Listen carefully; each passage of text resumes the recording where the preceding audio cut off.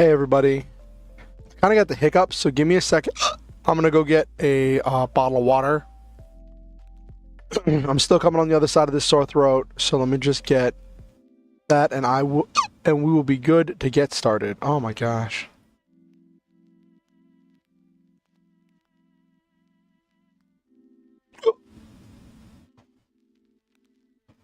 Why?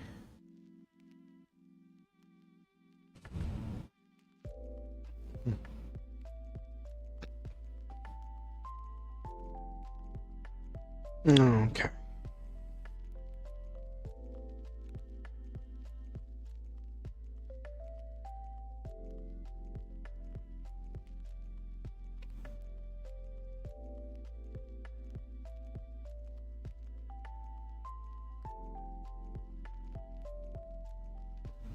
Okay.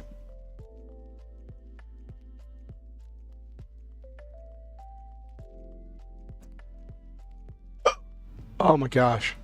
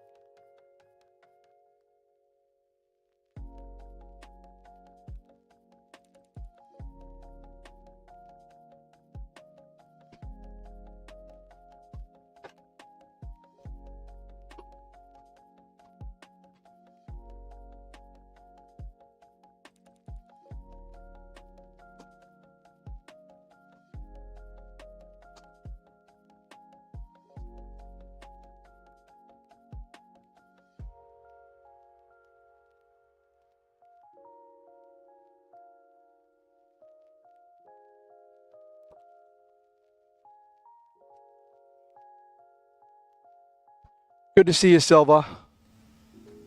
I had to get some water because I was having the hiccups. And I just need to stay hydrated for my sore throat.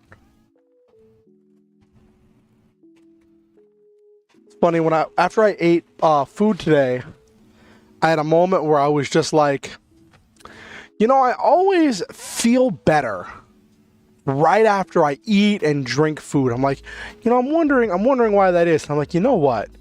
I might be dehydrated.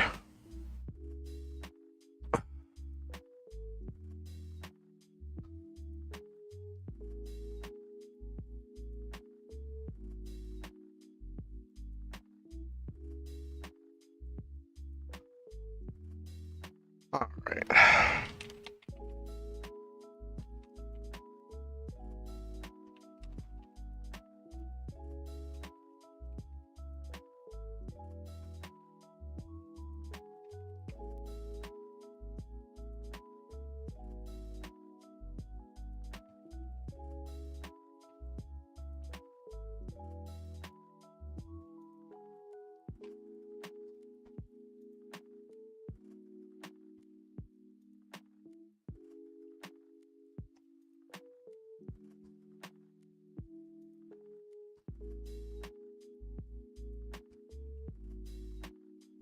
Let me just finish.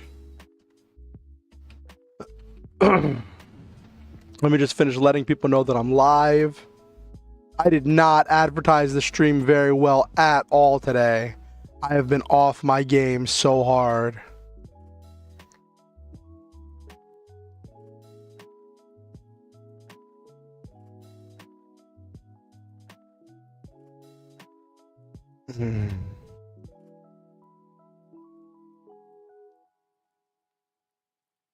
I've been...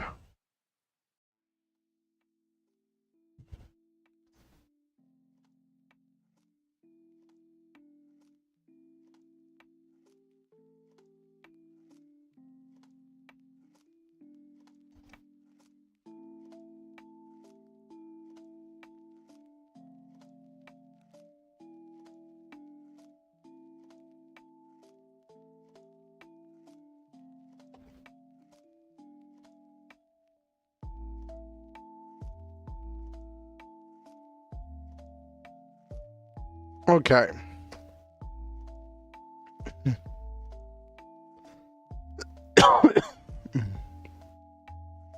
All right.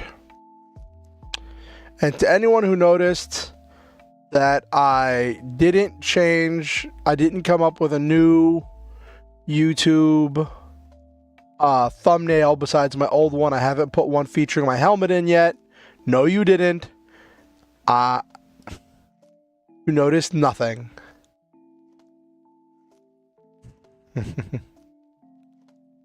Okay, that's all of that now.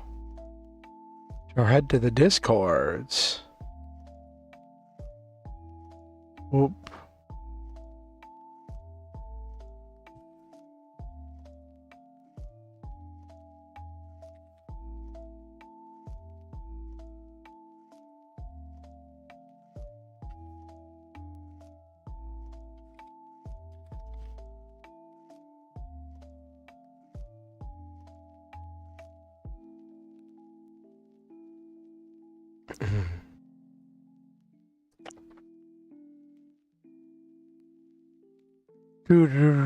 Time to advertise in all the places. I felt really bad because my friend War Bandit Hades just went live as I was putting together the stream.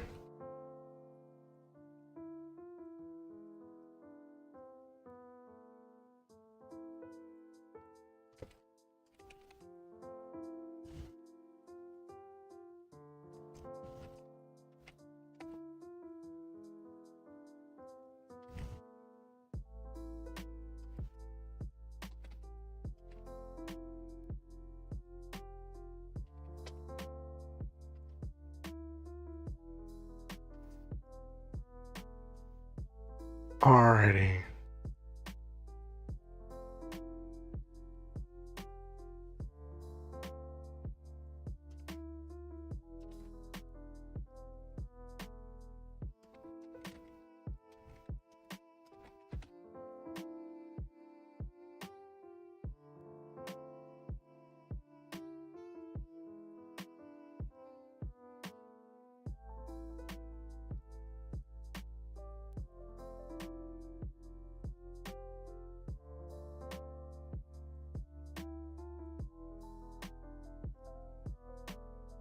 Oh, Francois is probably streaming right now.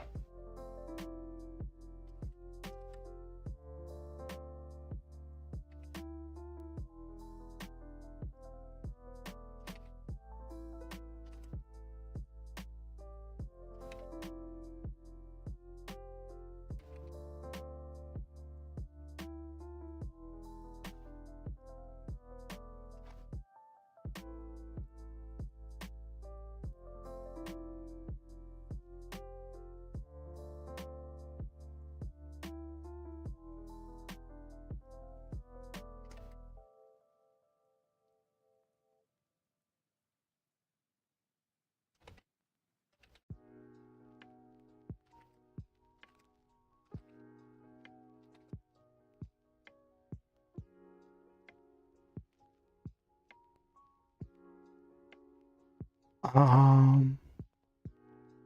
think that's all the places I wanted to advertise. It's so exhausting always having more places to advertise. my stream at. But like, it's a good problem to have. All right. Let's get to the actual...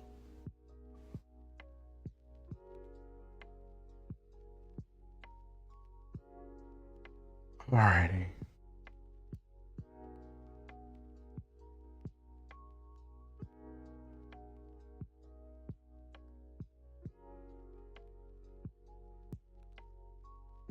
Oop.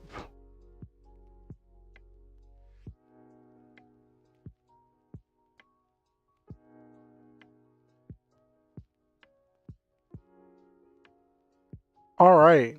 Well, how was everybody's weekend? How did everybody do? Sorry that took so long. I had to post all the places. Normally I advertise before stream starts. Actually, let me redo my post on... I had someone randomly like... Okay.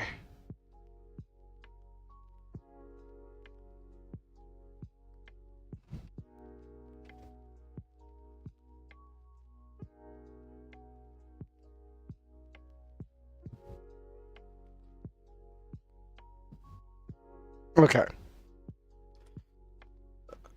So normally I like to advertise the stream ahead of time to let people know when I'm going to be streaming and to be like, hey, I've created the stream early. But today, like, since I've been sick all weekend, I've just been like dragging with trying to keep stuff functioning. Like this morning when I got up, I coughed up all this phlegm. Why is my model doing weird things? Model Coon, don't do this to me.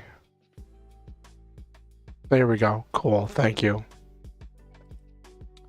And like, I was coughing up all this phlegm and it was really frustrating. My throat hurt and I was sore. And I didn't know if I was going to stream today. And that was part of it. Like, I was like, I could just cancel. I haven't really canceled for being sick before. Not for like a long time, because I haven't been really sick in a long time. But I was like, if I gotta do it, I gotta do it. I ordered some delivery to get some food. I got some chipotle. And that was nice. I treated myself because I dragged myself out of bed when I was feeling exhausted in order to pay a bill. And I had this thing that, like, it was questionable, right? So, years ago, when I switched from Sprint to Mint Mobile, I had to pay off all of my bills with Sprint in order to get them to unlock my phone so I could move my account and keep my phone number to move my phone number to Mint Mobile. And they told me something about, like, you still have one more month that you're going to have to pay for that will, you know, you'll have to pay for next month. And I'm like, yeah, about that, you know. And that was a few years ago. And the thing is, I used to be paying such exorbitant prices for Sprint. Like, I was paying for an unlimited data, unlimited talk and text account with Sprint. I was paying like $120 a month. It was absolutely ridiculous. And like, I got a deal when I joined Mint Mobile that for $120, I got like a year of unlimited phone coverage, phone like talk, text, and data. I got all of that. And I was like, and I always told myself, like, you know, Sprint was just a really, really rough company that was like, I felt like it was taking advantage of me and was just giving me bad prices and overcharging for everything. And I always told myself that like I just was gonna ignore it, right? And then like I got something like 6 or 8 months ago that's like, hey, we are a debt collection company. We're here, we're contacting you about your debt. And I'm like, what debt? And they're like, Sprint. And they sent me like letters and stuff. And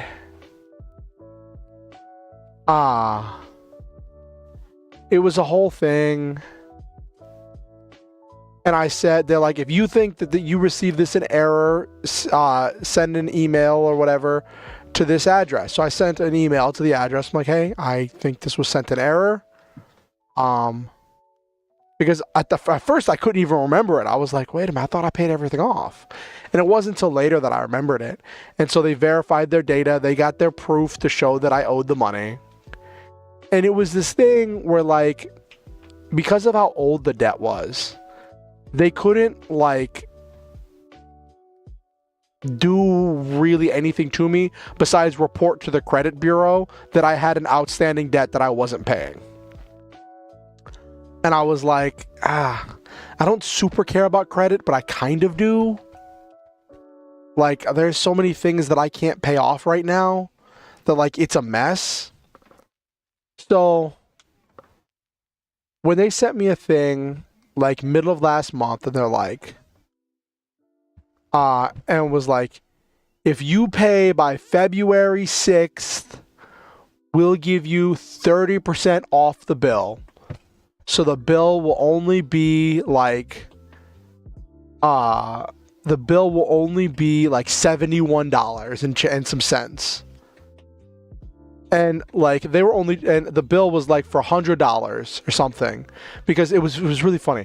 My old Sprint bill used to be like $100. Then Sprint would tack on like $20 of service fees. It was absolutely ridiculous. But like the bill itself was like $100. So I was like, I didn't know this till I called, but like apparently the bill was old enough that they couldn't like hound me about it. They couldn't call me about it. They could send me letters. They could email me about it, but they couldn't chase me about it. They couldn't take any actual action against me. But I don't know. It was like I could have just said, nah, you can hold that. But I was like, I have some money because I just got my money for the month and I live on fixed income. So I'm like, you know what? I just got my money, beginning of the month. I'll just knock it out, not have to deal with it, not have them chasing me down, not have another thing bothering me, right? And so when I got my money on Saturday, I went to their website, and their website, when I put in the number, couldn't pull up my profile. And I was like, what gives? So I called them today, and the lady was able to pull it up instantly. And she was like, yep, I see right here, this, that. And I'm like, okay, cool. I'd like to, and she's like, well, I can take a payment from you right now. So I'm like, okay, cool. So we did the payment over the phone, and that is one less thing I have to worry about. And as a reward to myself for dealing with that, I ordered Chipotle, which is really funny. My reward for paying a bill is spending more money. But it's a thing where like I spent money on adult like responsibility stuff, so then I get to spend money on myself. What? From Chipotle? I got their plant-based lifestyle bowl. What, Chipotle?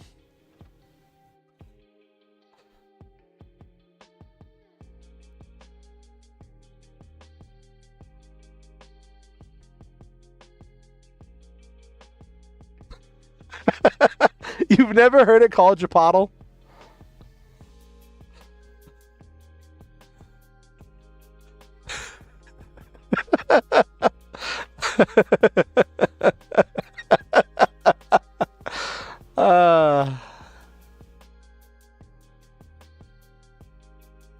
But yeah, I got their plant-based lifestyle bowl. Hey, Noel Main. Good to see you. Tell me, Noel Main, do you call it Chipotle or Chipotle? I call it Chipotle.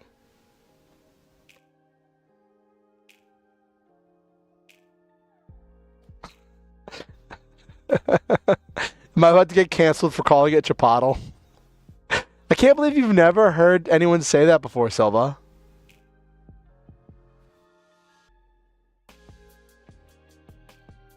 It's a classic. Classic Chipotle.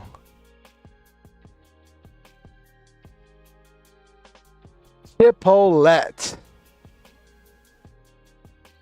Ooh, I like that one. Chipotle.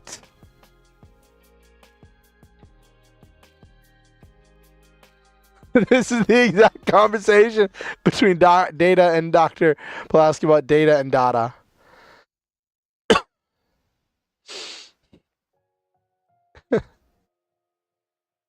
I like yours, Noel Main. Chipotle.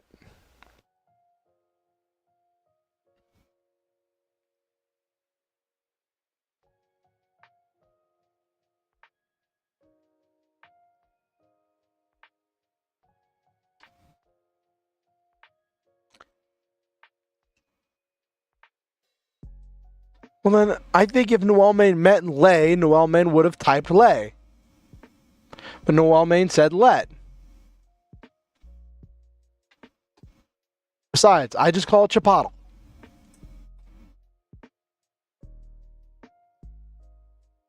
No, it doesn't. French is a psyop.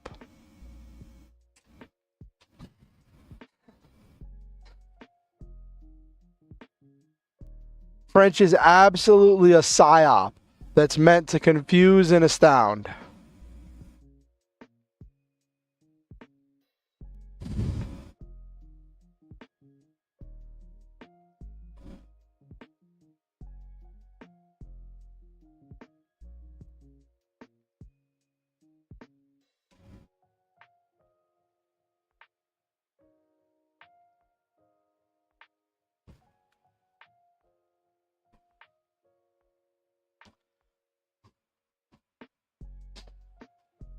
But yeah, I got some Chipotle today.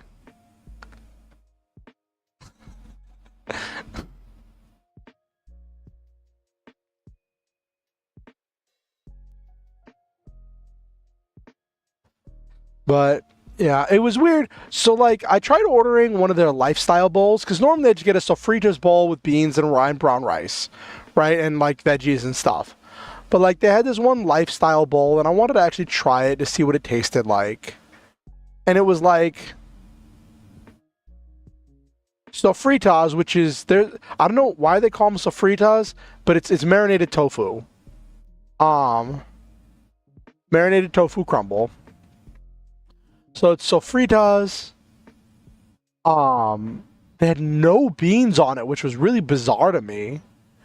White rice, guac, fajita veggies, super greens, which just seemed like lettuce. Uh, I mean the tofu.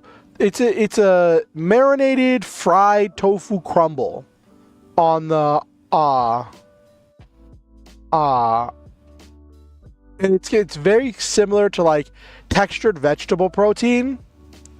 So like it definitely has kind of like a ground beefy texture.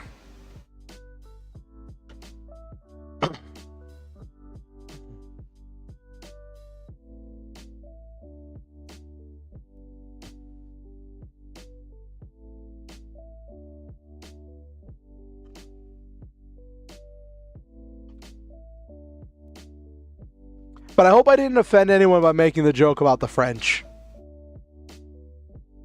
I don't know if Noel Main or somebody else is actually French. I tease, but I tease in love.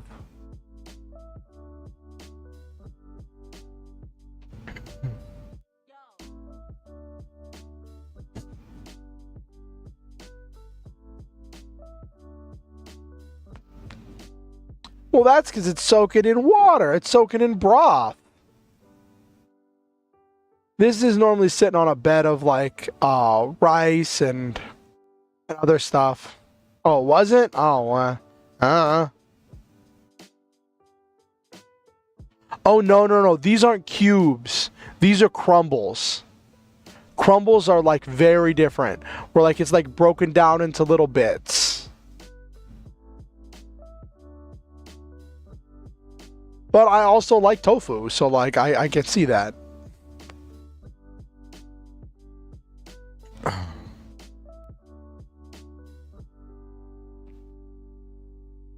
But it was a nice little treat. And then like I kind of like faffed about for a little bit. I ate, I took my medicine, I laid back down for a little bit. And it was like I had this like big soreness and like sore throat, and I'd been coughing up phlegm, and I was just feeling kind of icky. And then like I fell asleep, and then I woke up at like between like 6:30 and 7, and like I had like a light sheen of sweat on me, but like I wasn't sore anymore. I didn't feel any of the soreness, and I was like, oh, maybe I made it out the other side. You know, I think I'm on the mend. I think I'm on the recovery side of whatever stuff was kicking my butt.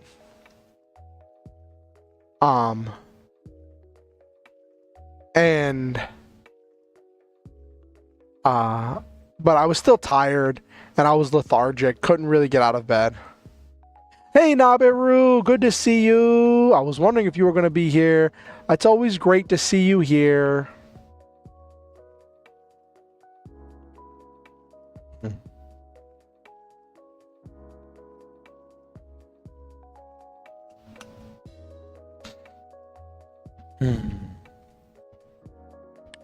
All right.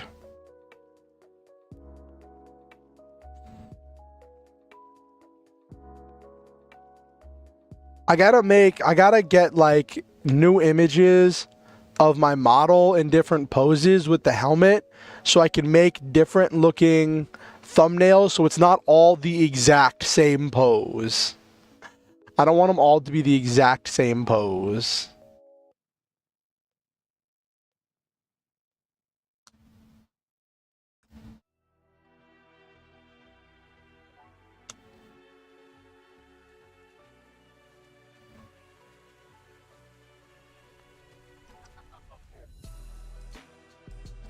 I'd say that goes for a lot of Adam Sandler's stuff, Silva. Like, a lot of Adam Sandler's stuff doesn't age well because it was very, like, it was rested on kind of a, like, that's the thing with comedy, is that, like, it's very much of its time. A lot of times for things to be considered funny or entertaining, they have to be at least partially offensive. And like, I believe it's this weird paradox we're in where like comedy, yeah. I believe that as a society, it is our job to become more inclusive and to become more inclusive and more accepting with each generation. And as time moves on and we fulfill that calling to become more inclusive, more accepting, more loving, things like that kind of comedy that's like that kind of punching down, making fun of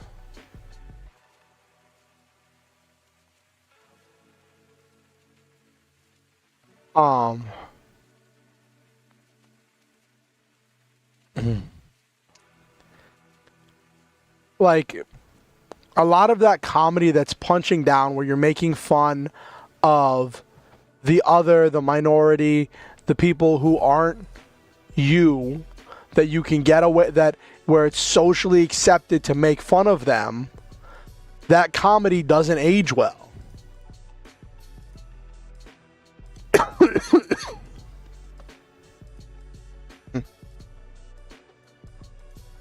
Um, and it's part of the reality of comedy and entertainment.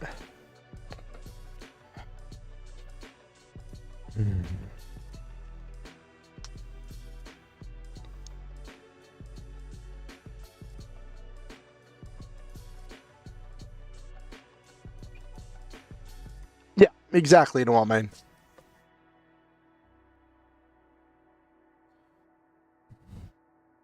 Okay.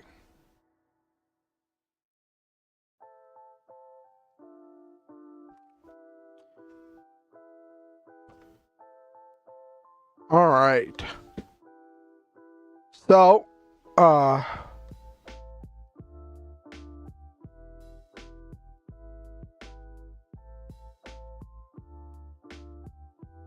yeah, and there are definitely parts of Ace Ventura that didn't age well. Like that could be said for a lot of popular comedy. Um, and that's kind of like so in comedy. There's this talk of like punching up versus punching down.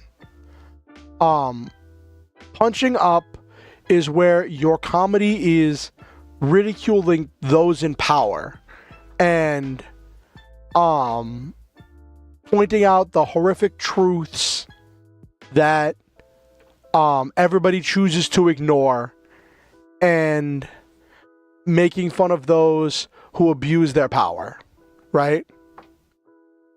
And then punching down is when you make fun of the people who are of a lower social status than you, and you are making jokes at their expense, and you are using jokes referring to them in order to make people who are not them laugh.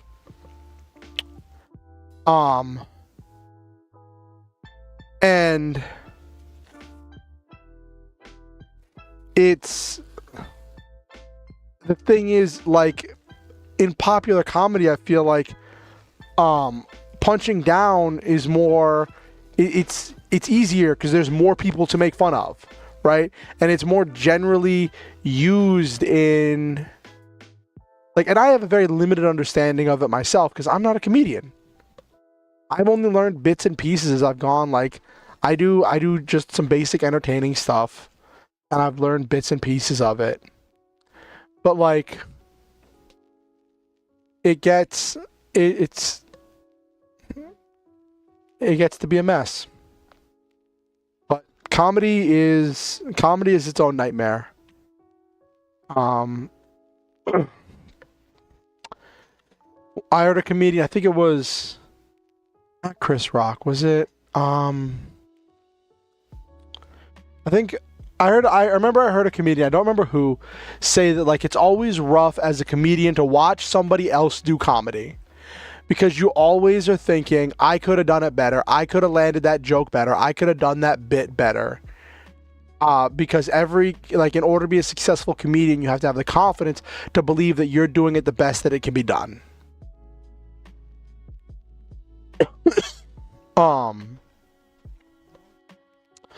But yeah, Tropic Thunder is a mess. Um, it the thing is, it's making fun of these situations. Like the entire thing with who was it? RDJ's character, the one who's a guy, portraying another guy, portraying another guy, is a caricature of typecasting. Like it's not the thing is it's not supposed to be portrayed as something that is acceptable or good. Like I remember I was watching a movie one time and I was complaining to my friend that I'm like it was a kids movie that I was watching at my friend's place with their kids, and I was like I didn't like it because this character who was like the father of the main characters did some really shady stuff, and like I don't remember all the specifics of it, but like was doing some just shady, underhanded stuff, and I'm like, I don't, and uh, making stuff to his advantage, and I'm like, I don't like that's portrayed as this guy using his position as a I think he was like a soccer coach or something, and a father to like use favoritism and stuff to get his way. I feel like that's just really not good thing to have portrayed in a movie. And my friend told me, and she was like, but here's the thing. Yes, that is not a good thing, but at no point in the movie is it portrayed as a good thing. In the movie, it is a thing that gets him in trouble. In the movie, it's a thing that causes him to go, that causes things to go wrong and that has serious consequences.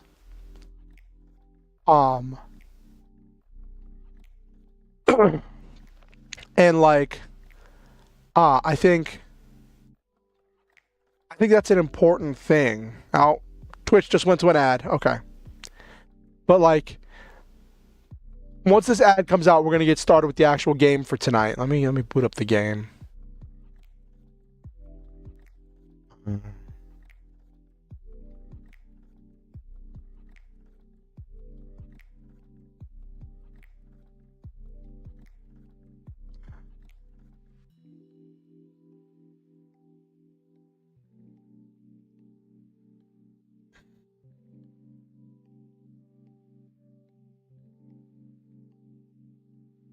Okay.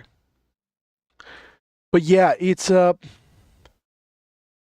of the thing with entertainment is it's not it's about how you portray what's happening.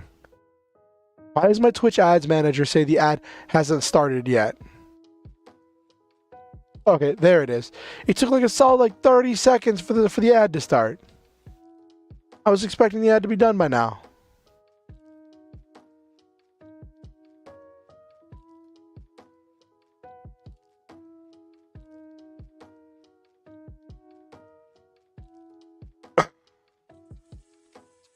And it's really funny because like it's really easy to forget how like the scale of the things that happen in the world around us. Like last night / this morning, the whole thing happened with the termination of Selen Totsky, right? And I'm not going to go into all the specifics of that because it's an absolute mess, right? And I was just so shocked, and I saw the community just reaching out.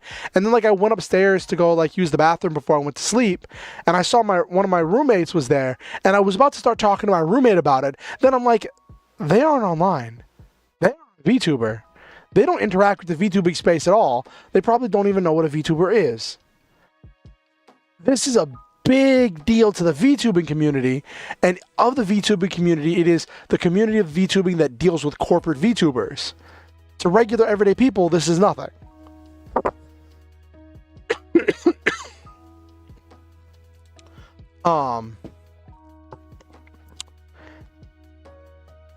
So yeah, the whole thing with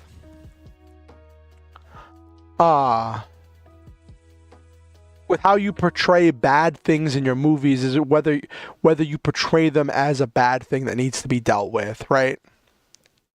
I'm just remembering that movie now that I was talking about it, but like it also comes back to the whole thing with the Avatar live action series, right? Where like every single announcement we get is just kind of like whittling away my hope for the series, right? And people are saying every announcement that we get, right? Every interview that happens, people are saying, well, this must be why the original creators left partway through production, right? It was the whole thing where they're like, we're going to remove most, if not all, of Sokka's sexist comments. And I'm like, well, I didn't even really watch Avatar, but I understood the concept that, like, he starts in one place and he ends somewhere else. and it's about his growth. Yeah. And then the whole thing when they said that, like, they're not going to feature... What? They said Zuko won't be chasing Aang? What? I didn't even see that. What I saw was the thing about the Sokka and the whatchamacallit, the whole thing where they said that Aang wasn't going to go on any of his side quests or his tangents. He wasn't going to try to run from his responsibility of being the Avatar.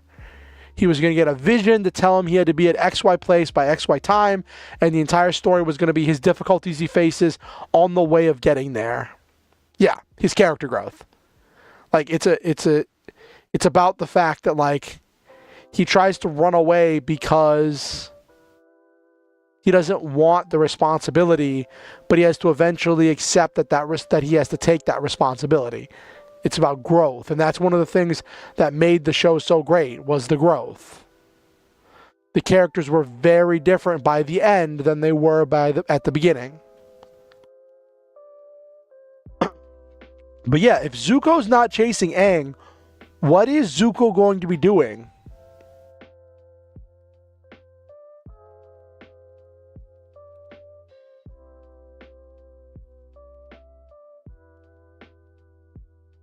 Yeah, exactly, Nabiru.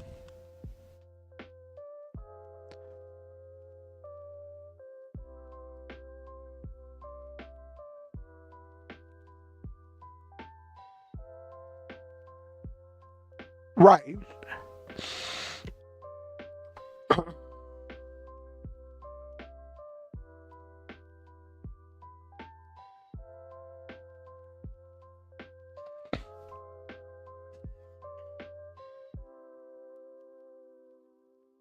Yeah, and it's really depressing because I had a lot of hope for this series, right?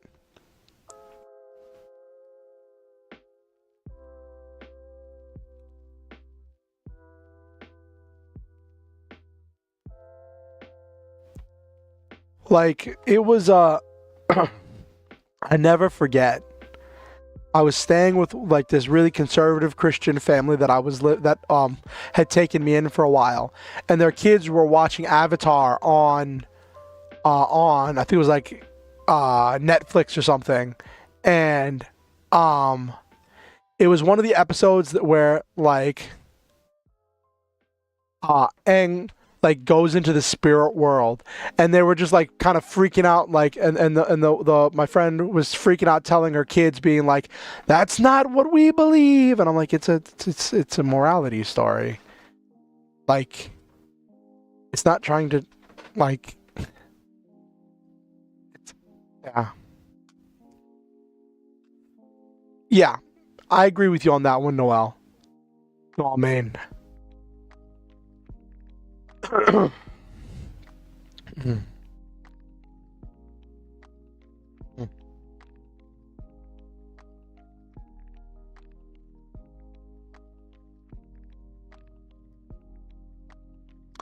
You could go back and forth with that.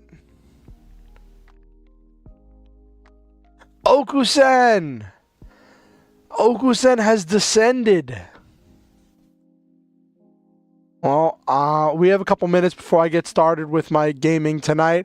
What are your hot takes on the Avatar backlash? I'm curious. Since we very rarely get blessed with your presence. I mean that in a non-sarcastic way.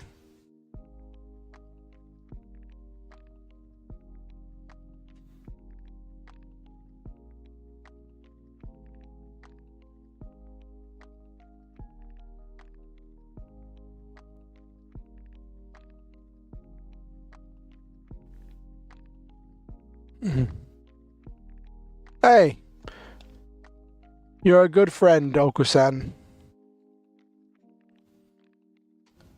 You're also a moderator.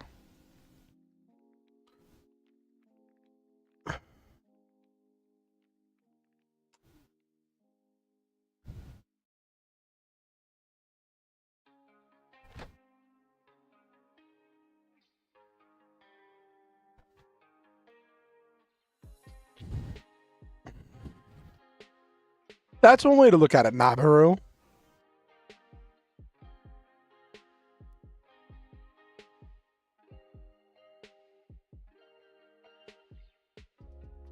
In the end, I feel like any adaptation of the show would feel like that one episode where the gang went to watch a play mocking them. Like, I was cautiously optimistic for this. Now I'm on the side of the fence of this is going to be bad. Not as bad as what M. Night Shyamalan wow gave us. Yeah. I saw one thing that did not give me hope. It was talking about how the movie needed, don't try to fix what's not broken. Yeah, that's another way to put it, Noel, man. When they were talking about how the story, the Avatar series needs to not just appeal to the fan base and to the original target audience, but it needs to appeal to people who liked Game of Thrones. And I'm like, that is not your target audience at all. Not even remotely. And like,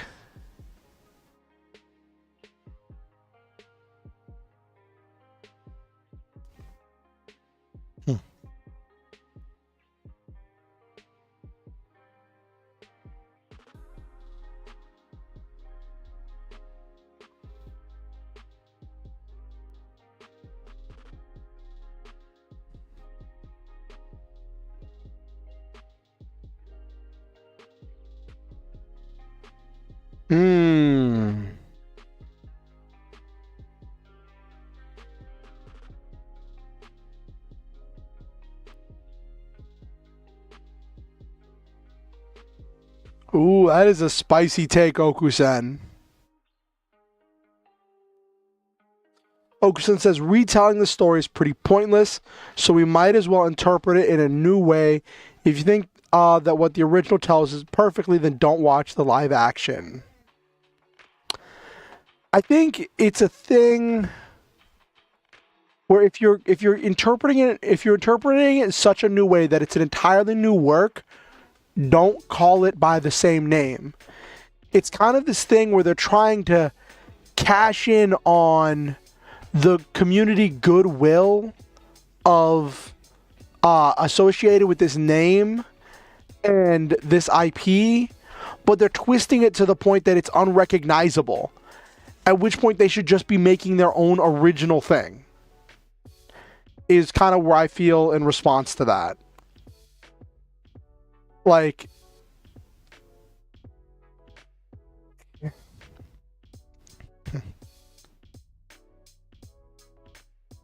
I remember years ago, I read something where somebody said, oh my gosh, they said,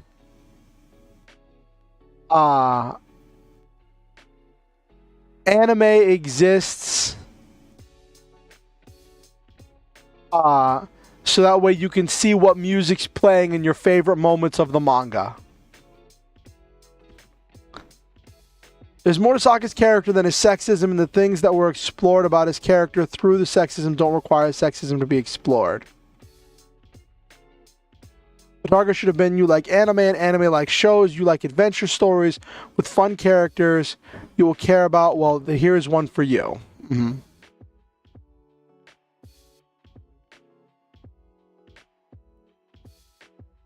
I agree they shouldn't have made the live action in the first place, but we all understand that, so talking about how much they differ from the original feels pointless. I think it kind of, to a certain degree, everything is pointless.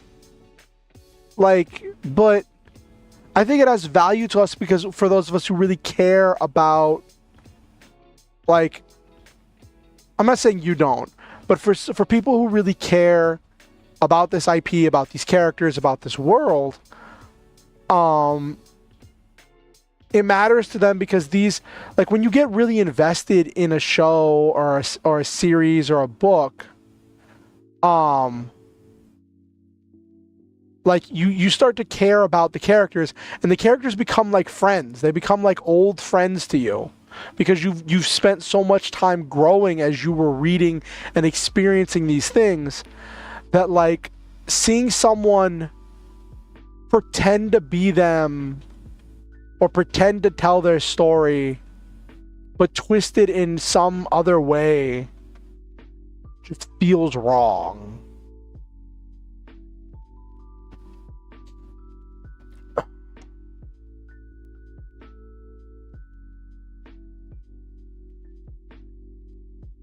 But like, on the flip side, I see where you're coming from, that like, if they're gonna make it,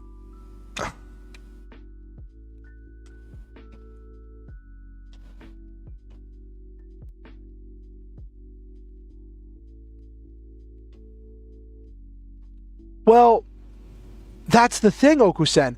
They advertise this as being a better live action that was more true to the original.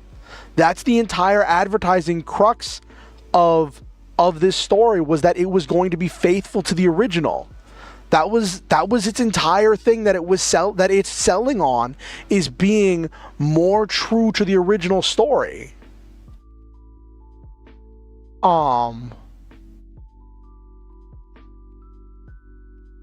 So like, that's like part of the thing, is that like their entire thing is that they're trying to be more true to the original story. And to honor and respect the original story.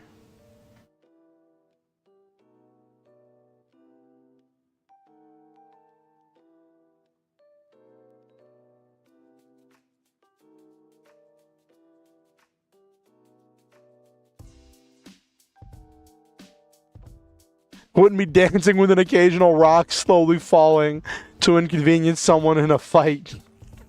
Oh my gosh.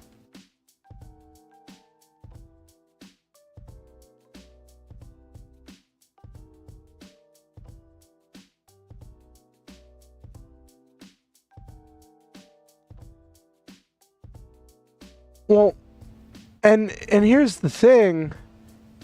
I think the fans have some position to say, if you're going to make something so drastically different,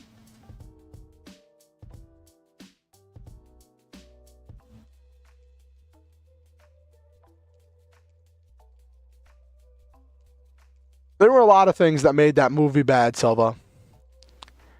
Like, I think part of it is that, like, I think fans are really tired of the IPs that we love, that we care about, that mean so much to us, being milked. Silva is talking on Twitch. If you look at my screen,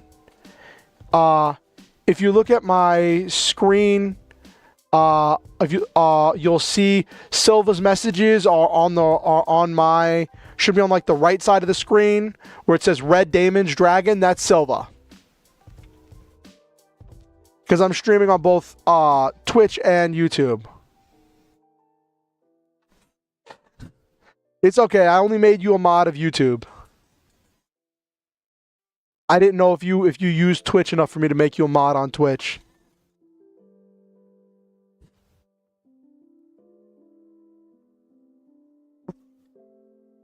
But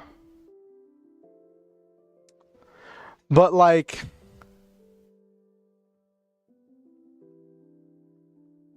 for so long, a lot of fan bases have watched as their beloved IPs.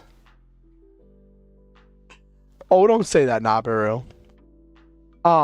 Their beloved IPs get turned into really cruddy,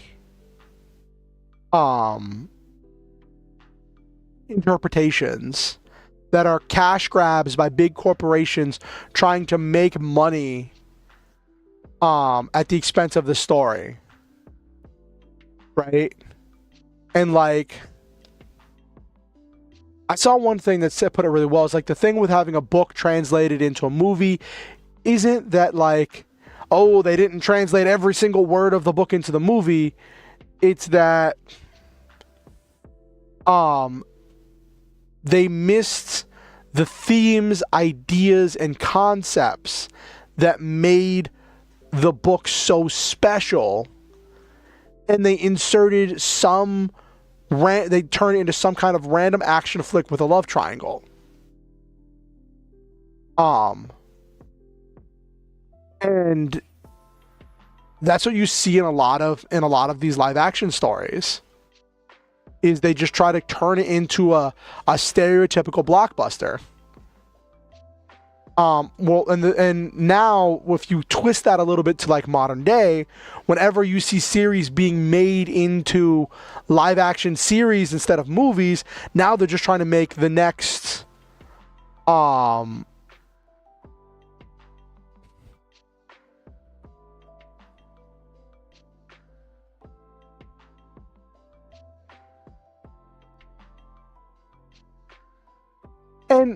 so like, you bring up a valid point that like the frustration should be with the adaptation getting made at all. But like, one thing Silva pointed out was the One Piece adaptation was like a runaway success. I haven't seen it. I'm not a One Piece fan, but I've heard a lot of One Piece fans talk about how much they love the One Piece the One Piece live action, because it got the ideas of the characters. It didn't try to like scene for scene retell the scenes from the story.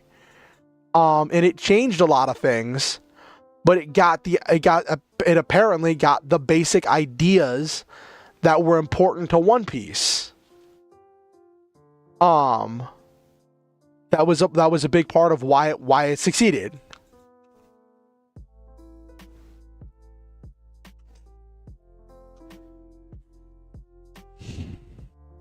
All right. Anyway, it is coming up on 9:30. Percy Jackson movies, absolute garbage. Trying to cash in on Harry Potter, recreate the magic of those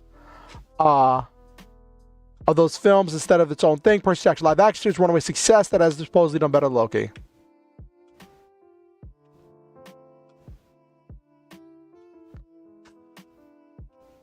I remember when I wrote a story about elemental powers plus adventure fantasy a few years ago, 2020, I think, and it was a bit inspired by Avatar and Genshin, but put quite some twists on it. Hey, I would love to read that sometime. If you want to share that in Discord, I think I have a writing channel for you that you could share that at. Easy reason for a lot of adaptation is just look up the "we've got to have money" meme. So many things in this country are soured and ruined by greed and this impossible concept of infinite profit. This impossible concept that if you do enough stuff, you can have ever increasing profits, and that your profits should increase every year. It's just that entire concept throws so many ruins so many things.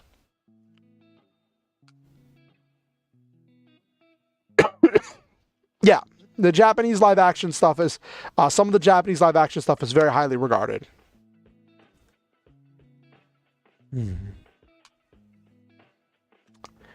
Hey, the Raven 20, good to see you. Just about to start playing some Legend of Dragoon. We were just chit-chatting about recent series and stuff with the latest announcements with the Netflix, whatchamacallit, Avatar announcements. How are you doing? Alrighty.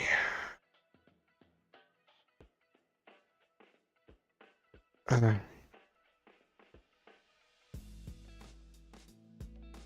You're good? Okay. All right. All right.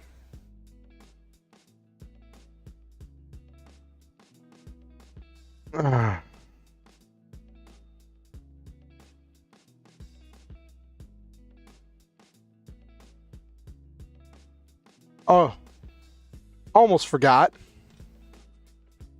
Gotta do the cool thing. Unfortunately, I lost most of the story I wrote digitally when my previous PC broke, but I still got the original draft paper. Ooh, that's really cool. All things considered are good for you, the Raven 20? Cool. Since we're going into an action game, you know what we gotta do? We gotta do, chat.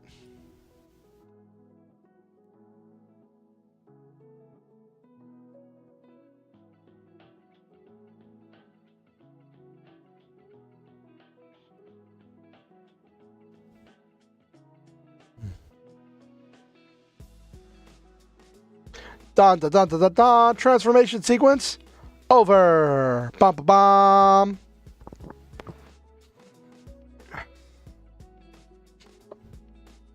All right, let's charge into battle. See what happens. Let me get comfortable here, because like my cushion is coming out from my chair. Give me a second. I got to adjust. That's the thing with using a camping chair as a gaming chair. Like it has to be constantly adjusted, because I don't think camping chairs are designed to be sat in for long periods of time the way I use them. Oh, excuse me. Wait a minute. Well, it's not really an action game, Noel Main, but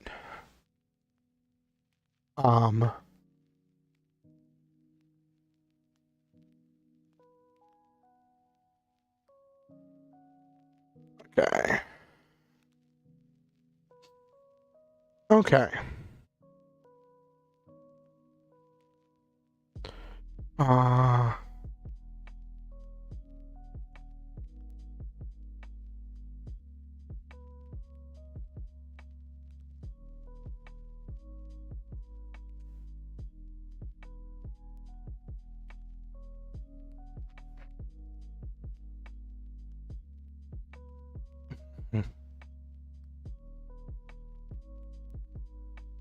Okay.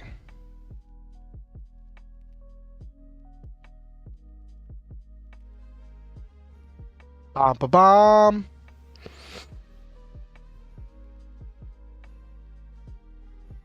Yes, they are surprisingly comfortable, multi-star check.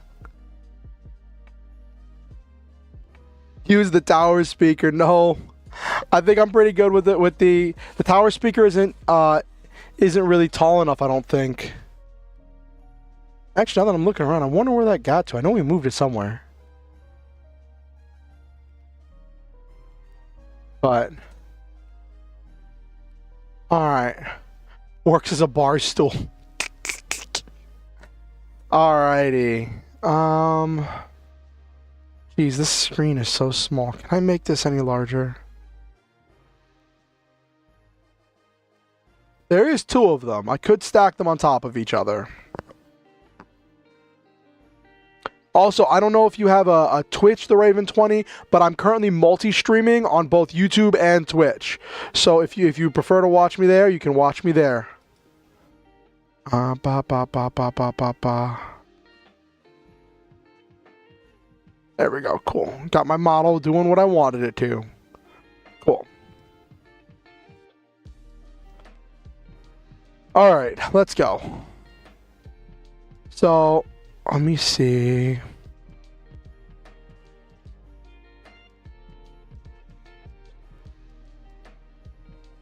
So we know that the Dragoons just felt something because the legendary dragon just broke free. You're on your Xbox and your phone at the moment. Okay, okay. Cool, cool, cool. I just came from here. Oh, now there's more people in here. Let's see if these people have anything to say.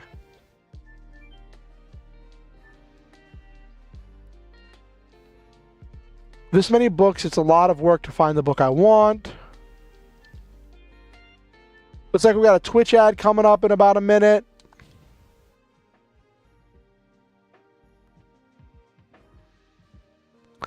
Oh, looks like we just got a subscriber from, oh, Yo-Yo Potato.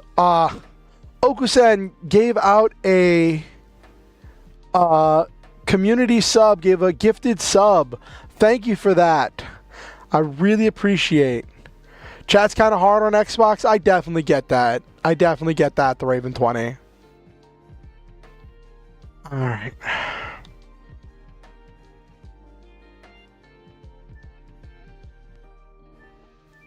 But Okusen, thank you for the gifted sub. Thank you for gifting that out to, looks like I went to Nexus Sheep. That's cool.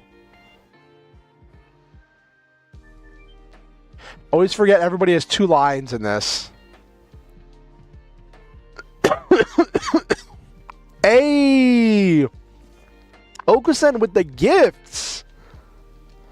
Gifting a sub to Silva. Silva, you just received a sub from Okusen.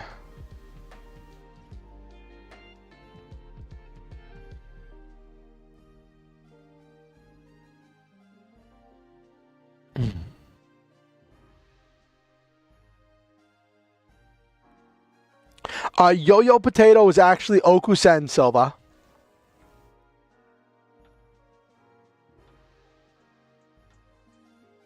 Payday. with the hands emote.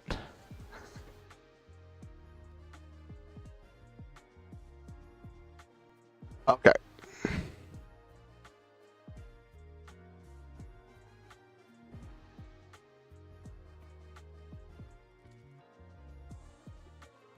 I also, if you wanna use bits, I have some sound alerts you could try.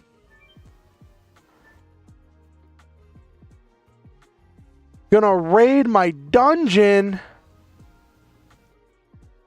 Oh, okay. Okay, the Raven 20. Okay.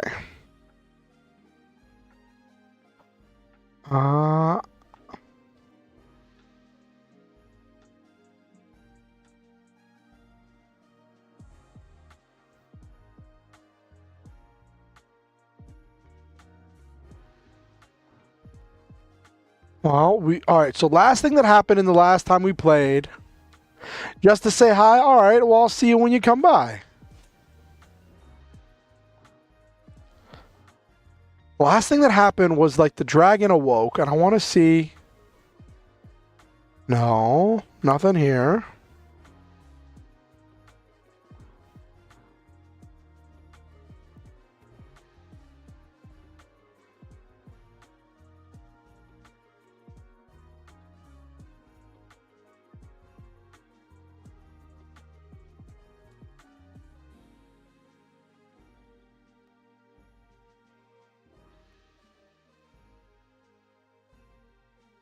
Oh, Rose arrives.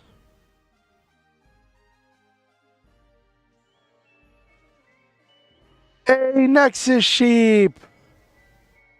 Thanks for dropping by. It's good to see you.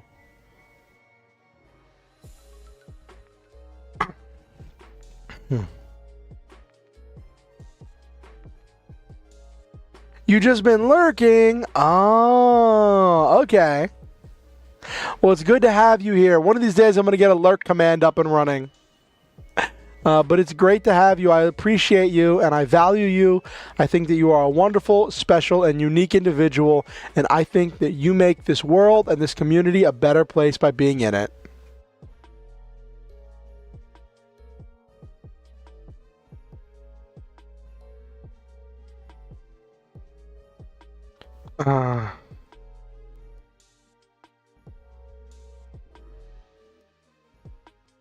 Oh, stuff's happening. Thank you, Sister Luana. Now I can walk outside. How can I thank you? It's fine. It's just that we, the Sacred Sisters, are for. Switch back to YouTube. YouTube needs to catch up on the emote side of things. I can get emotes if I make YouTube,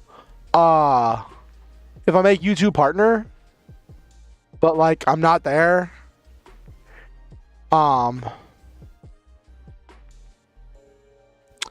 Some people have been working on making, like, add-ons and stuff for YouTube. I know some people were working on stuff to add some of the better Twitch TV stuff to YouTube. It's been a process. Yeah, but in order to get the custom emotes, in order to upload the custom emotes, I have to be YouTube partner.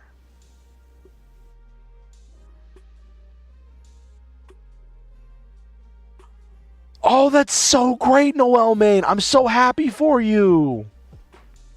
I'm so happy for you, Noel Main. I know you said that you lost that story. That's so great. A story found. That's such a wonderful thing.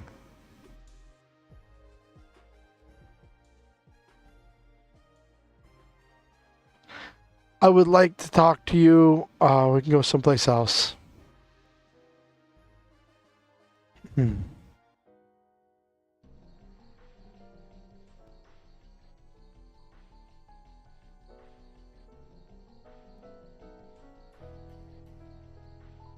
You are the renowned sacred sisters of Milisezu, Sister Luana and Sister Sete. It is my pleasure to meet you. It is my pleasure to meet the heroes who defeated the sea dragon at Sabe. I was really lucky to follow her from Neat.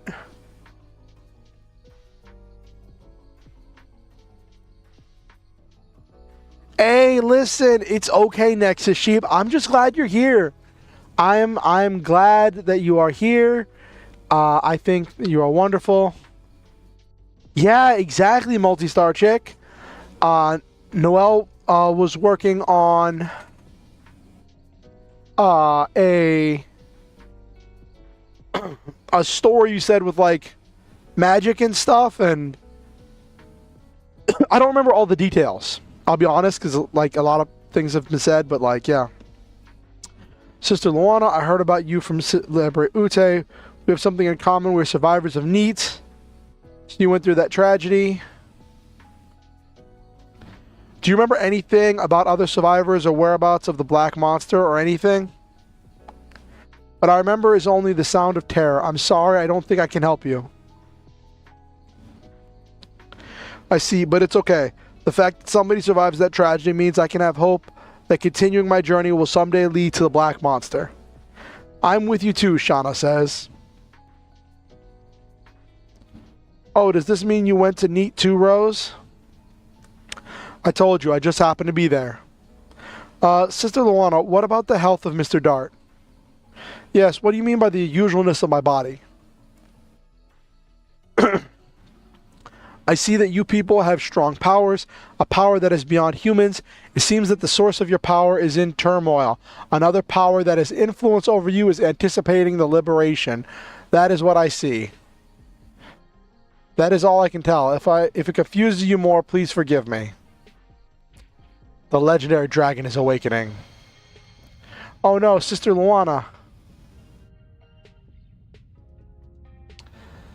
It's still out in the wild land of Wattpad, but it's unfinished. I have most of the story on paper, though. Awesome! This is the answer to your question. You may find out the truth about the entity that has influence over you now. War is not in human nature. Humans fight by making themselves enter insanity. It is the same for revenge. This is a tool to amplify the insanity.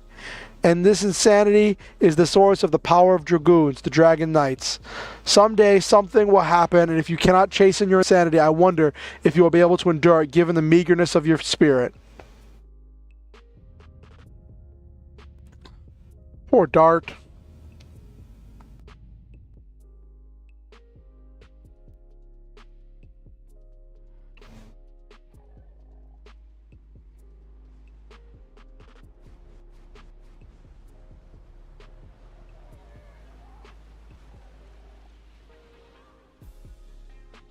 Oh, the dragon's on the way.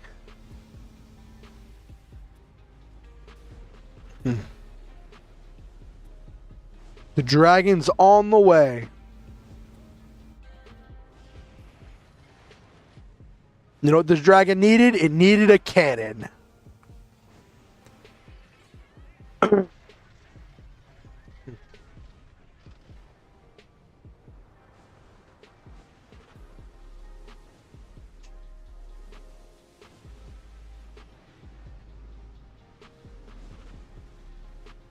You know, for when this game came out, these graphics were top of the line next gen stuff.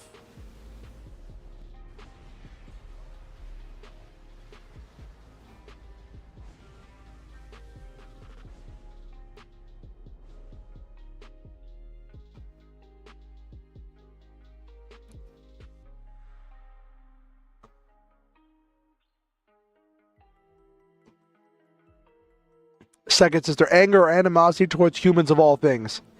Hey, buddies. Oh my god, could it be?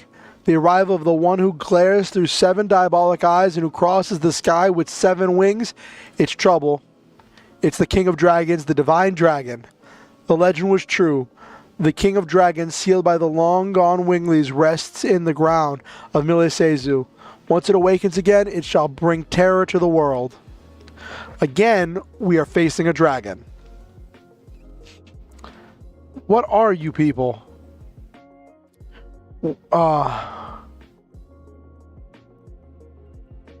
Just shout at it and it will stop. Sounds like a plan, the Raven 20.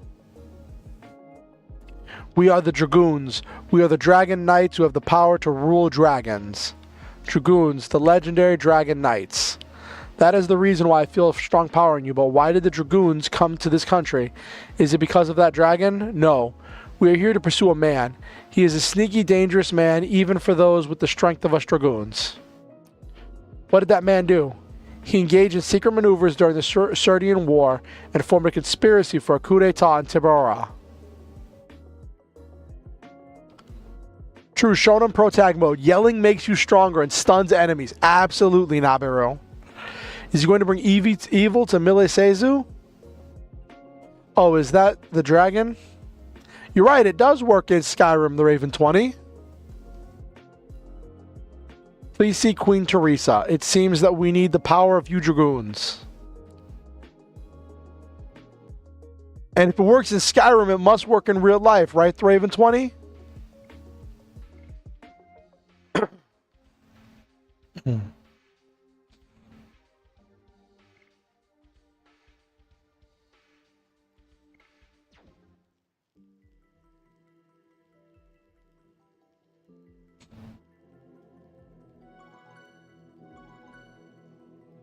Yep, that's the way of the world.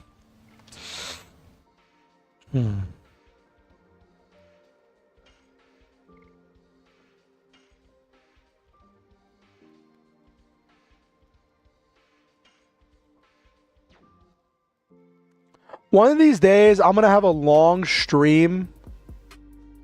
Oh.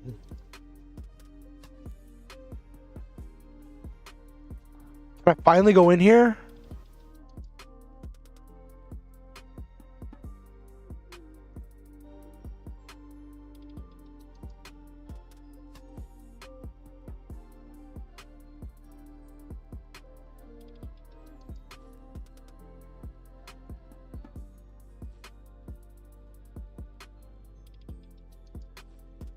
Dragoons equals Greybeard. Sounds like a plan. To Alpha 5 from the Power Rangers and Zim from Invader Zim share the same. Oh, today I learned. Alpha 5 from Power Rangers and Invader Zim share the same voice actor. That's funny. If the dragon comes again, the city will be in pandemonium, then the knighthood will be deployed to maintain order. Then who will vanquish the dragon? It'll be us. What should we do? There are not enough people to vanquish the dragon. Don't worry, we got that covered.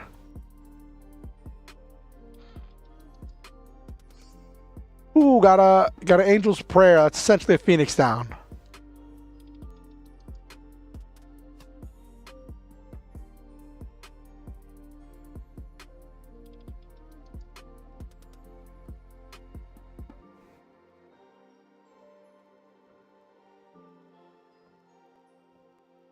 Okay.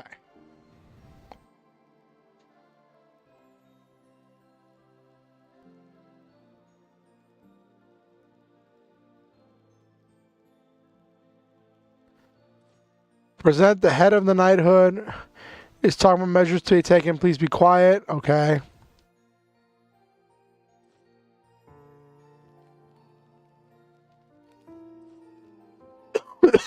Oh my gosh, gotta Protect the castle and the city. I'm not sure what it can do against a dragon. Okay.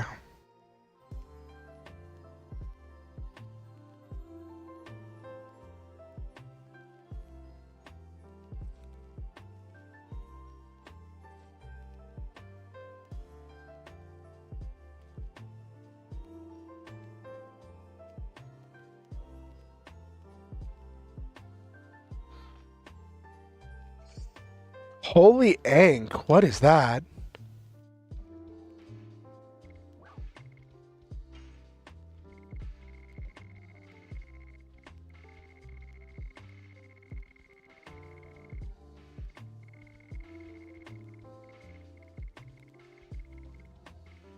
Revives from death with a given probability. Ooh, that's nice. So it's a monster reborn.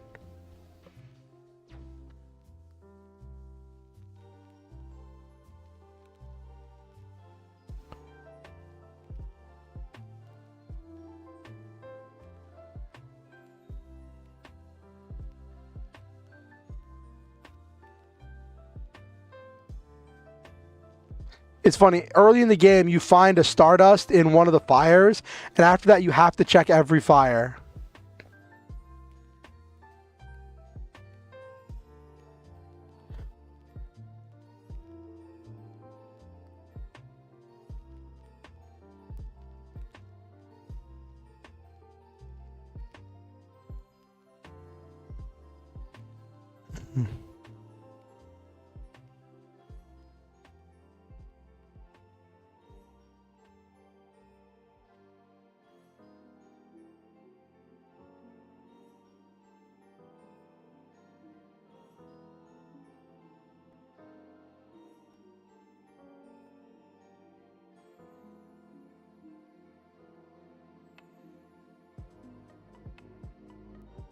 Come on, move.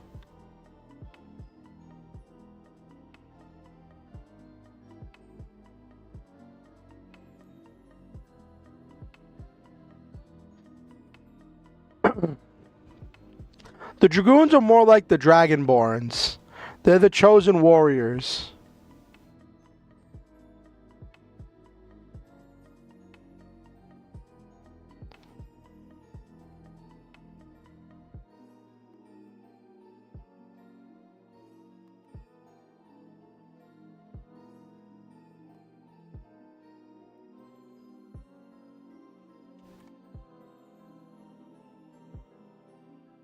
Okay.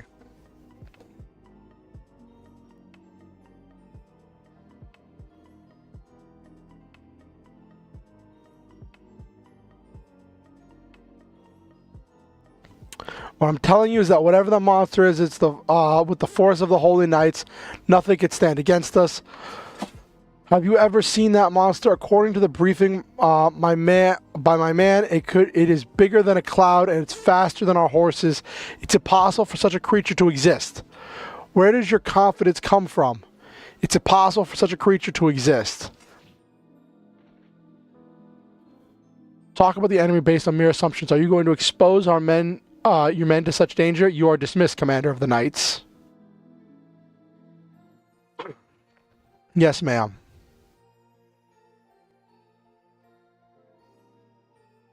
Oh, this was where I was supposed to go. Okay, cool. Awesome. Oh, I should go check out the the weapon shop to see if any of the weapons fit for Maru or Rose. Calm down, Miranda. You are in front of guests. Moana, Seti, it's good to see you back safe. You've never changed, Sister Miranda. He doesn't understand the current condition. Who are these people? I brought them in order to save Milisezu from the intruder. You said to save? If we do not take action, it will attack us again, and next time it might attack us directly. Do you know anything about the monster? It is the Divine Dragon awakened from his long rest. No wonder he's cranky. The Divine Dragon. You were talking about the monster sealed in the mountain of Mortal Dragon? Yes, the King of Dragons, sealed in by the ancient Winglies, the Divine Dragon came back to life. Are you sure of that? Please relax, Miranda. You said you will save this country? Is it possible for us humans to defeat a dragon? We don't know yet. However, we might be able to stop it. What confidence you have? We are the Dragon Knights who rule dragons, the Dragoons. There is nobody but us who can stand up to him. Are you saying you are the heroes from the Dragon campaign, the Dragoons? I was surprised too, however, I don't see any falsehood in their heart. It means, may we request your help in vanquishing the Divine Dragon. That's what we're here for. You're free to ask. In either case, we have to meet him. But we have a favor to ask, Your Majesty. There's one thing we need in order to cross swords with the Divine Dragon. It is said the Winglings made 2 weapons in ancient times to fight the dragons. One is a sword to kill dragons, namely the Dragon Buster. What? How do you know about that, Rose? How do you know about that, Maru? I didn't say anything. Wait a second. Isn't that the sword? It's the sword that the bastard used to kill Lavitz. I'll never forget. Therefore, we have no choice but to count on the other weapon. What could that be? The Dragon Block Staff. As the name implies, it is a magic staff that blocks the power of dragons. And where is the Dragon Block Staff? I was going to ask you, actually. It seems that one of us knew about it, Maru. What are you talking about, Maru? Do you know about it? Please tell us, for the sake of this country. Why are you hesitating? Okay, I'll tell you guys, alright? I think it's in the Forest of Winglies. The Forest of Winglies? Where the heck is that? It's in the northern part of the Evergreen Forest. If so, are you saying that the Winglies still live? Yes, the weapon names are absolutely amazing, Nabiru. Uh-huh. Seems like the myth of the fairies in the Evergreen Forest area was true. Queen Teresa, I'm heading to the Forest of Winglies with these people in order to borrow the Dragon Block Staff. Are you coming too? Of course, the problems are too big to just leave to you. Besides, I want to see how far you Dragoons can go if you really have the power as described in legend. I beg you people, please save Millie Seizu from the Divine Dragon. Now, we are heading to the Forest of Winglies. No time for procrastination.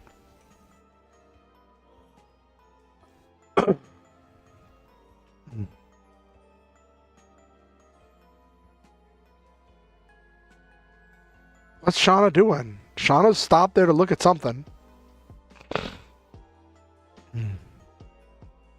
Please wait, I don't see Shauna. Where'd she go? What timing? Let's go look for her. We have no time to waste.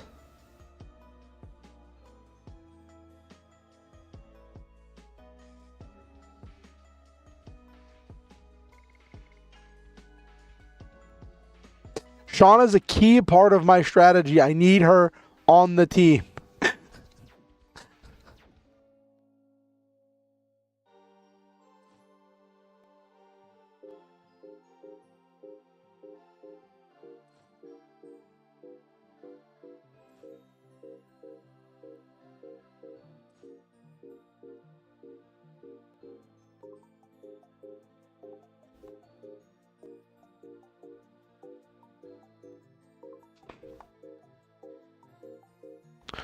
There's nowhere else for me to go, so I have to head back up here to the throne room. What's Shauna doing?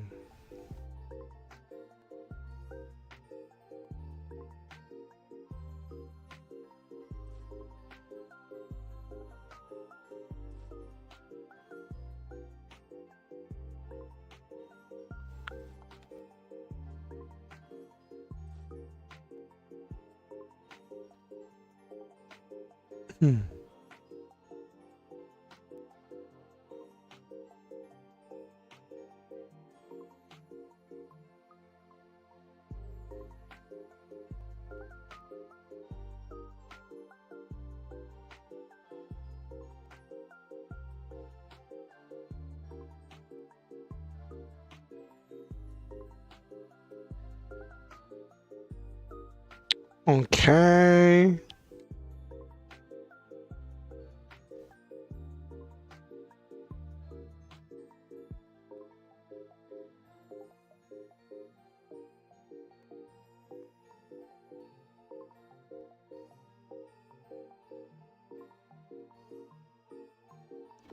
I'm sorry, but I cannot help you. Okay.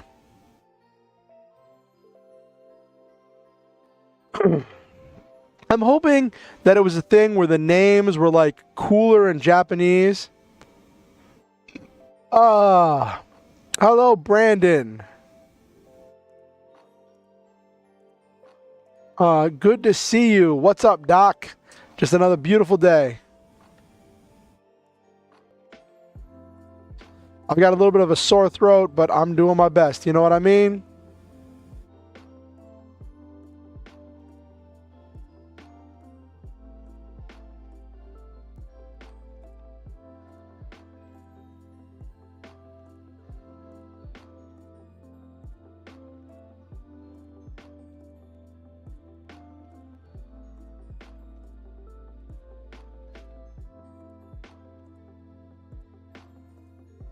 Oh, no, I didn't mean to go there.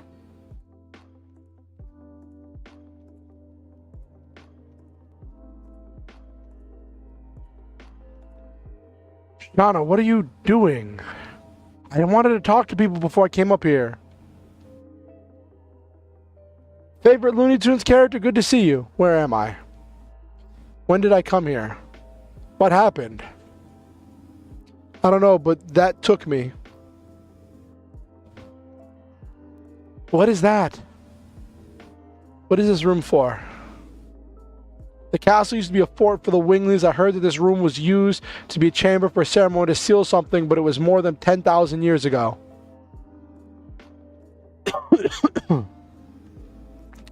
Isn't it the reason the dragon made a raid for the Crystal Palace? In other words, he's trying to work off his hatred against the Winglies.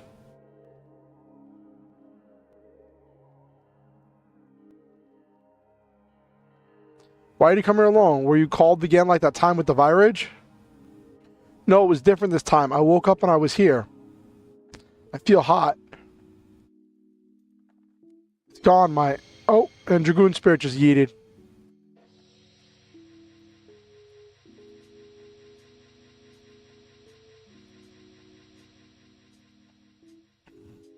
What's this?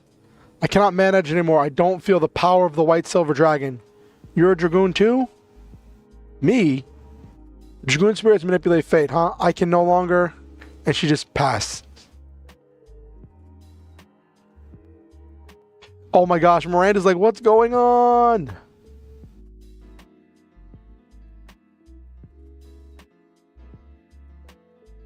I see I passed out. Are you alright? Yeah, but I don't think I can go with you anymore. There's nothing you can do in your condition.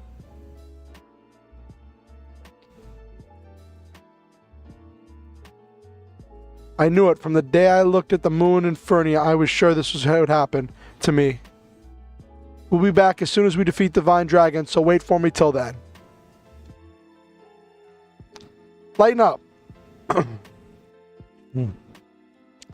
I will work hard for you, Shanna. Kongol too. It won't be long. Dart will be back with you soon, Shanna. Don't worry, I'm accustomed to waiting, but thanks everyone.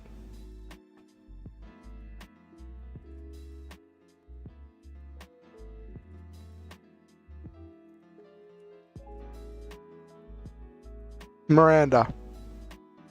Please take care of the rest. I know.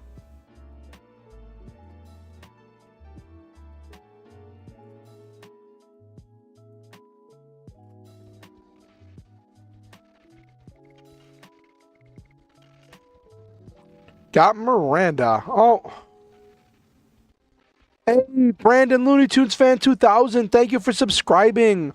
Welcome to the Star Hunters. I appreciate having you in the community. I think you are a valuable, wonderful, and unique individual, and I appreciate you. Always remember the Star Hunter motto: shoot for the stars, have wonderful adventures, live your dreams, and always stop to enjoy the memes.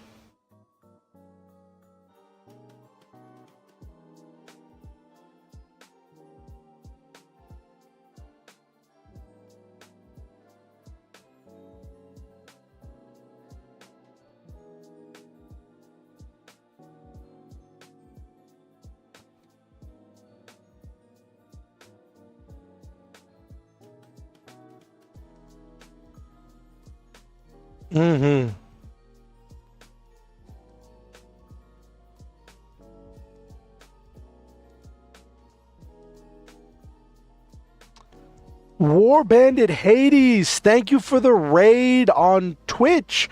I appreciate you. I value you. Welcome in, Raiders. For those of you who don't know who I am Oriansenshi. Actually, let me boop-a-doop-a-doop-a-doop-a-doop. Since we're not in combat, I will just boop. Okay, pop open my visor. Hi, everybody. I'm Oriansenshi. I am a variety streamer, mech pilot, VTuber. I do games. I do mostly RPGs, TTRPGs, writing, all manner of storytelling, and I value learning what your story is. Welcome to tonight's stream. Tonight we are playing Legend of Dragoon. Yep, we're playing Legend of Dragoon. Looks like we had an ad that's about to kick on, so I'm sorry if Raider's about to get jumped with an ad. But Durag Dan the Hangry. Cool if I just call you Dan? Welcome to the stream. Yeah. Oh, it's great. We had some heated discussions earlier, which was fun. Then we got into playing. We're on disc 3.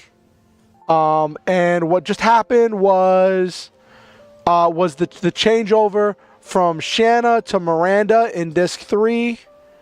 This is not my first time playing this game, but this is like the furthest I've ever been in this game. So, a little bit of backstory. I like mech games. I like mechs and power armor and super robots, and I fell in love with this game when I was a kid because the armor for the Dragoons felt like magical power armor, and it felt really cool, and I loved it. But my disc got scratched when I was a kid, and I was never able to finish it. And then whenever I bought it again as an adult on the PlayStation Store, when I had a PS3 years ago, and I got really far in the game, but then someone broke into my house and stole my PS3, so I never finished it then.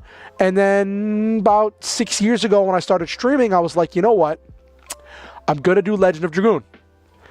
And I have been off and on working on the same save file, working my way through this game for the past 6 years. Oh, goodness. Oh, it's alright, War Bandit. Should be out of ads by now.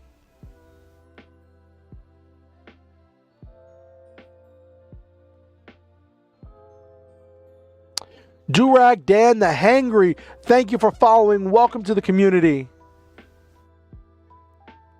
Welcome to the Star Hunters. I value having you. It is an honor to have you here. I think that you are a truly special, wonderful, unique, and one-of-a-kind individual, and I believe that you make this world a better place by being in it. Always remember the Star Hunter motto: shoot for the stars, have wonderful adventures, live your dreams, and always stop to enjoy the memes. All right?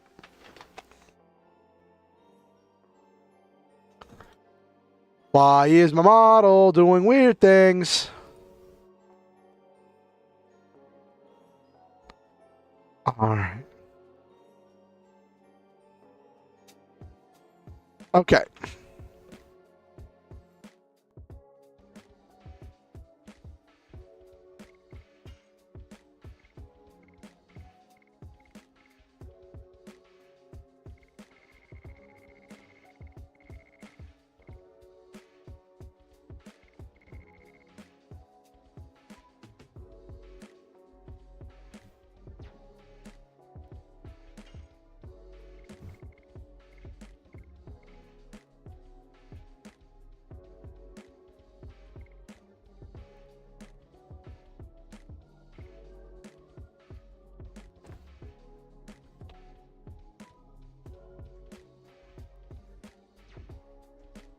Fun back about me.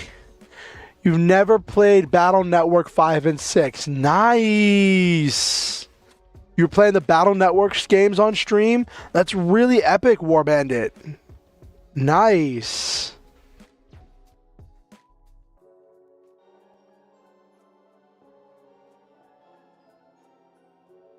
Actually, hold up. I want to head back to that room to see if there's anything else in there.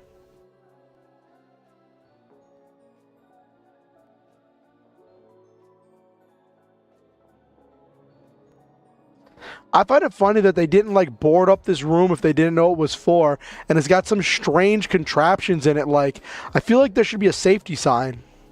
Just started one today as part of my Mega Monday series. Nice. That reminds me, I want to play through Mega Man Legends.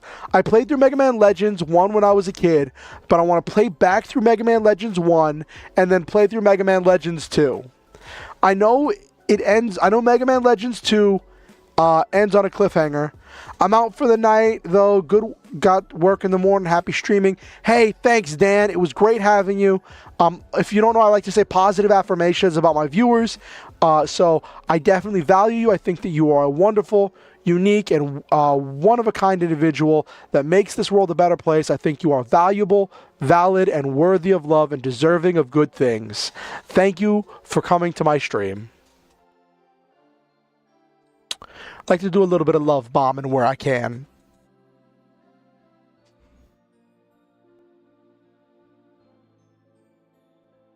I think it's important for us to speak positive words about each other and to each other. Ugh.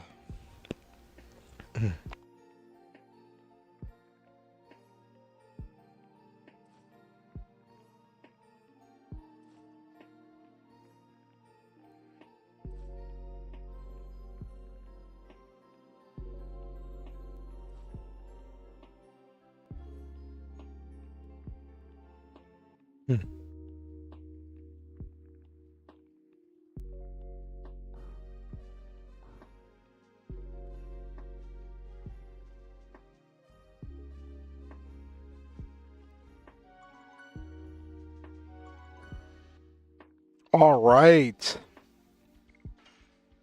The team has drastically changed.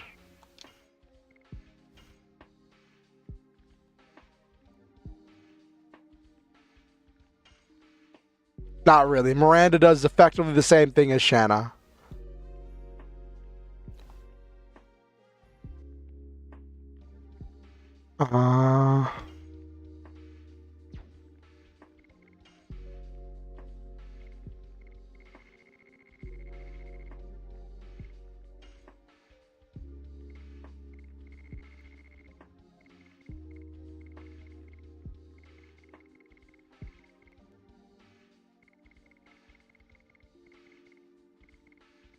Oh, I have stuff for recovering MP. That's cool. I might need that. I'll probably sell one of the Angel's Prayers. Just to make space in case I find any other items.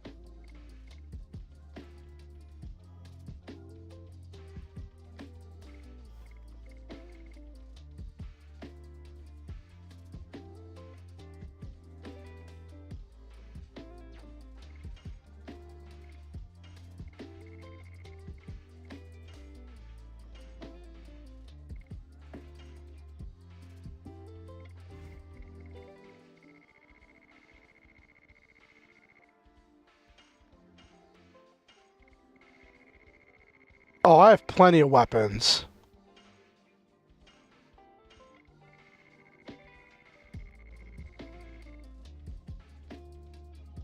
Um...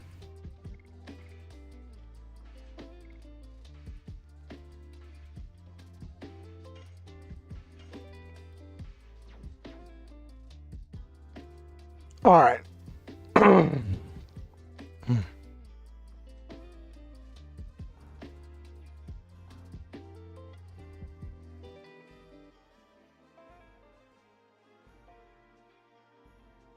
If that's over there, then what's over here?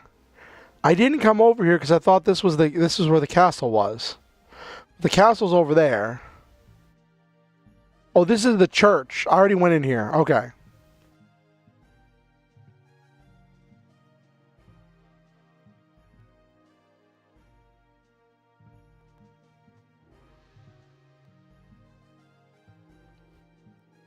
I gotta figure out where I'm supposed to be going. I think I'm supposed to be heading to... where am I supposed to be heading? They said... I have to defeat the dragon. The dragon stays at that one mountain. But we need the dragon block staff. Oh, we have to go to the Evergreen Forest. That's where we're going. Evergreen Forest. Let me see if there's anything in the library about the Evergreen Forest of Winglies before we go there. That's where we're going. I got so distracted I just forgot what I was supposed to be doing.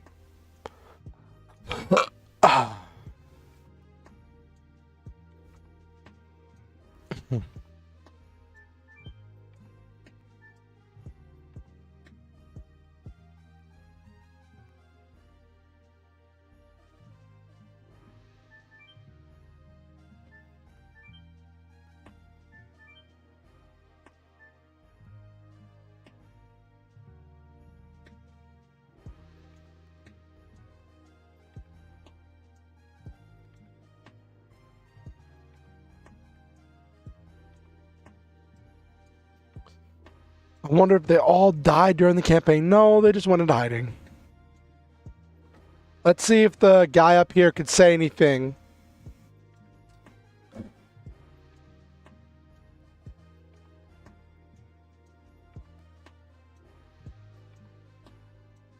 Mountain of the Mortal Dragon.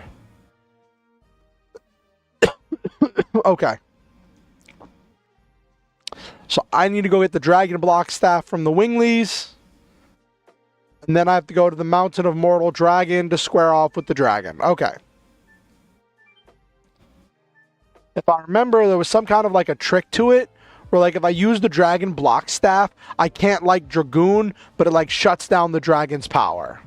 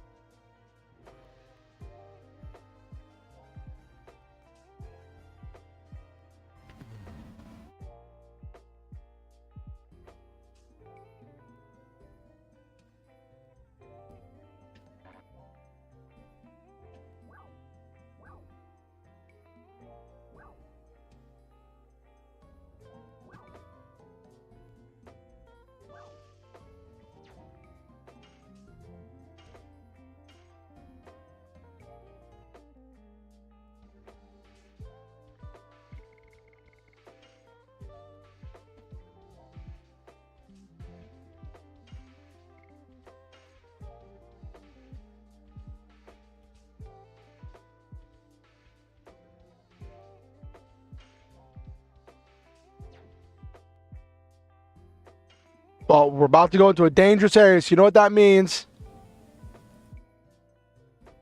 It's time for visor down. Oop.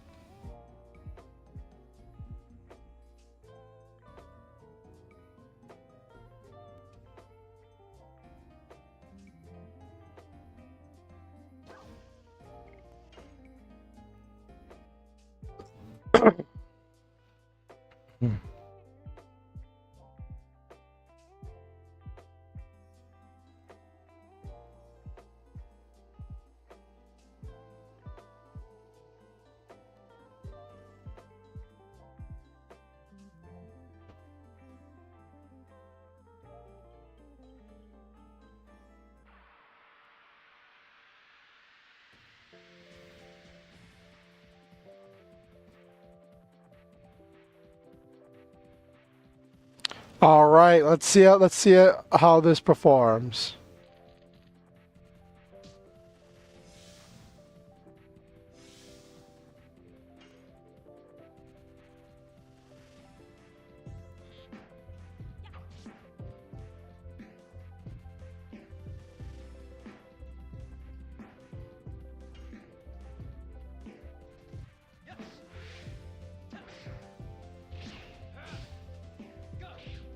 Too slow. Oh my gosh, I'm so bad. I dropped the ball in the last combo.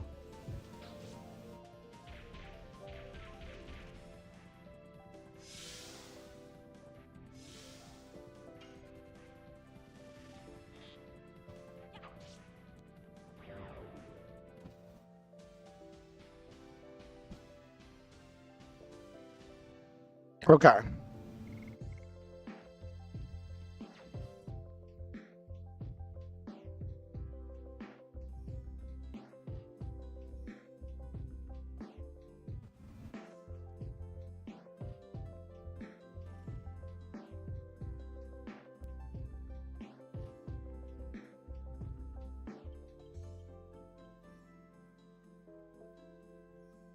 Okay.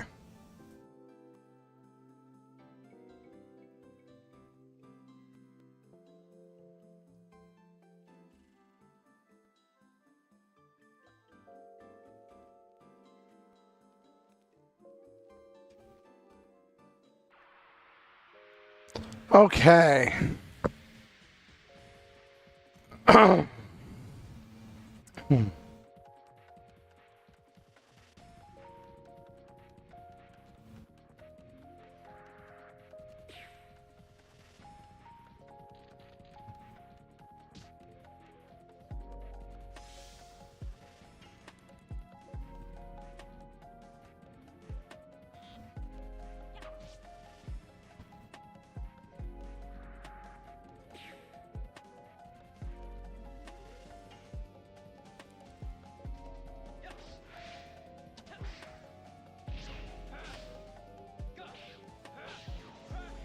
There we go.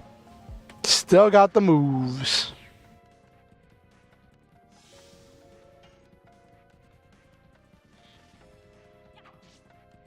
Ooh, confusion.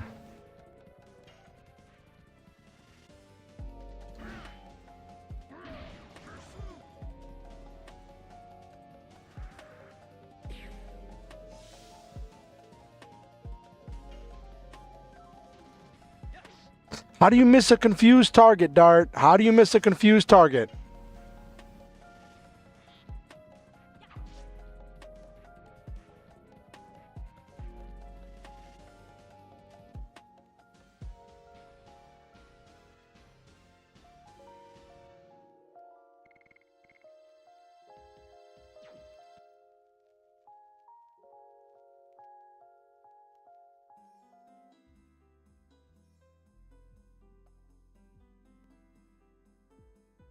Okay.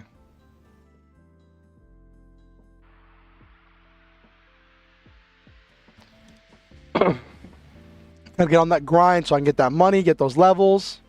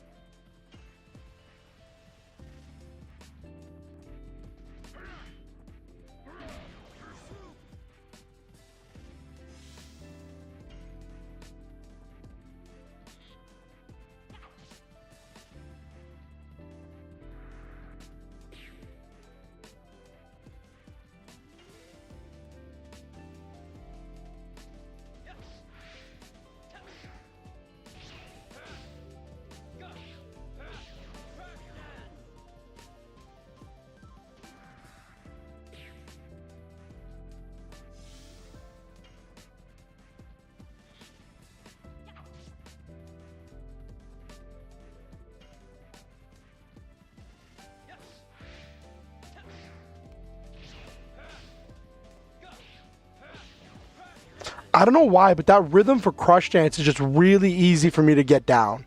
The next one up after Crush Dance was just so much more complicated.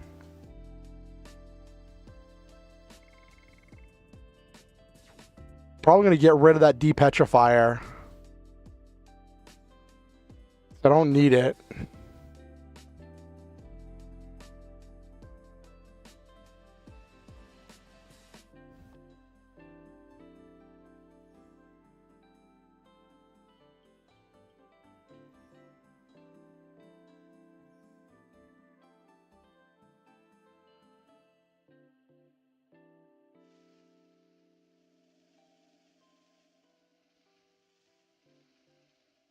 Dead end. Nope.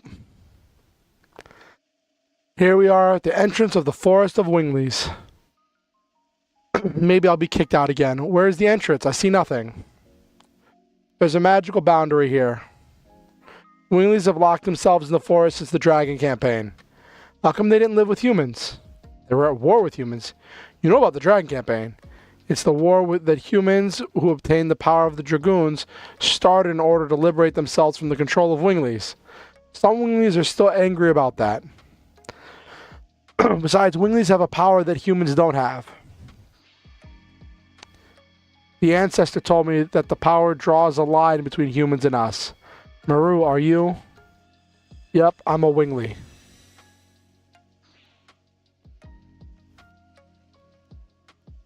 Are you surprised? Yeah. Why didn't you tell us? Would you believe me? Would you consider me as a friend if I told you guys? It doesn't matter, Dart says. Maru is Maru, right? Mm-hmm. Now, let's go see the Winglies. Now we are dealing with serious stuff. Of course, I got a random battle right before the entrance.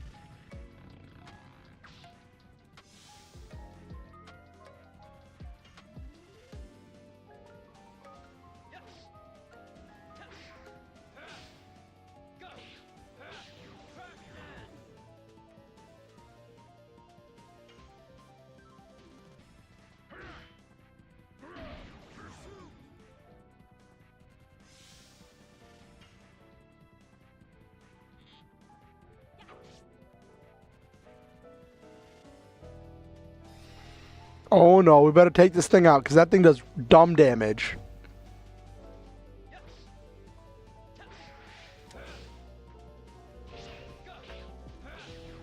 It tried to counter on a different one this time.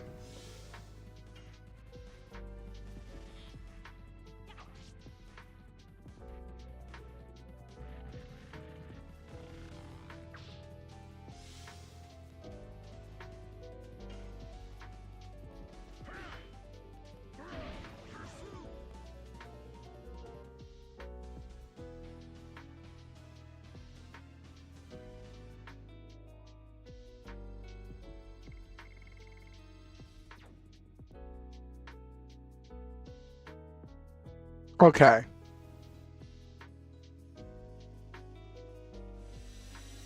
Let's go fight the... I mean, hopefully talk to the Winglies. Hopefully we can just talk like civilized adults.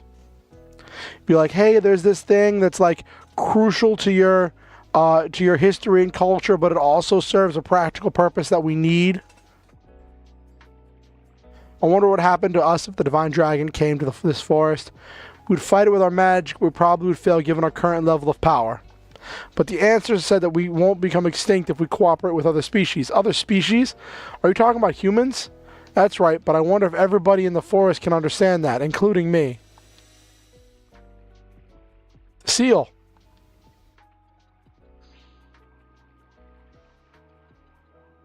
Maru brought humans here.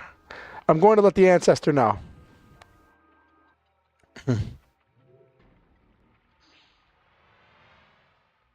Don't shoot their friends.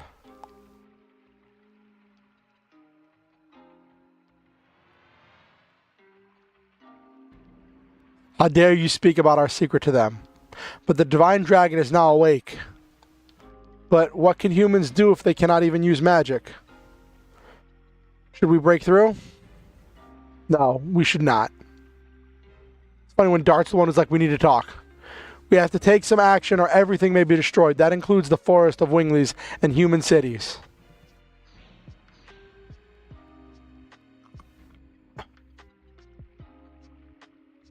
Everyone, hold on. The answer says he'll meet with the humans. Please don't agitate the people in the forest. We're not used to seeing humans. But watch out for the Bartle brothers. What do you mean? Oh, we're gonna have to deal with some, like, angry people? Let's go, Dart. The ancestor Blano is in the back of the forest.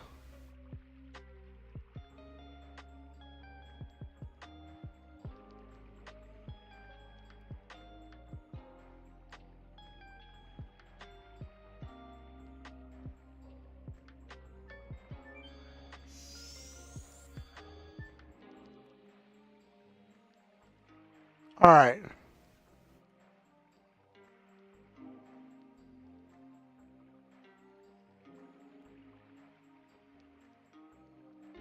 We look just like you, except we don't have wings. You mean, okay, how do I get around you?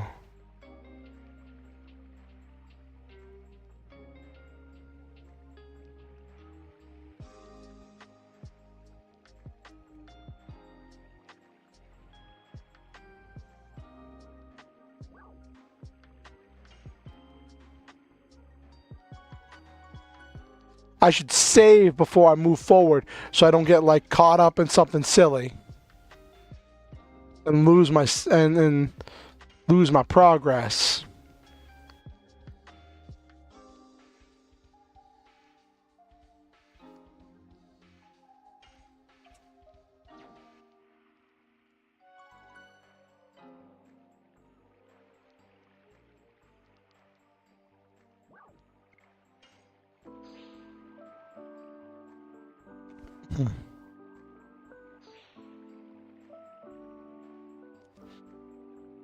Silly is part of the story.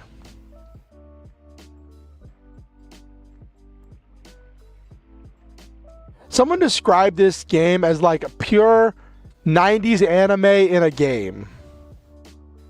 And I can't prove them wrong.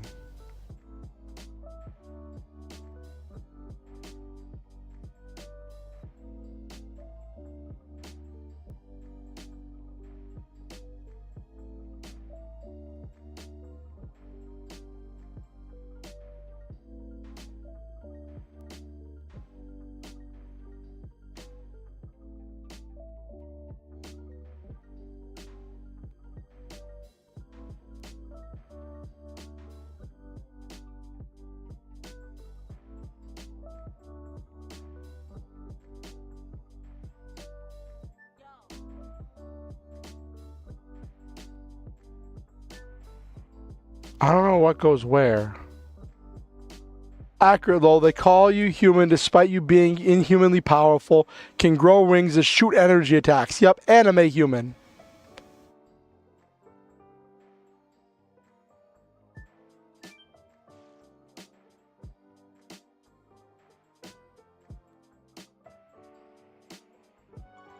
Oh, that's how I get out. Okay.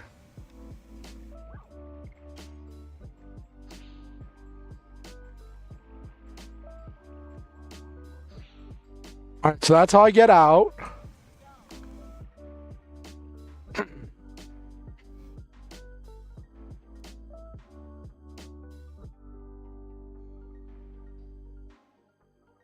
Father, mother, I'm home.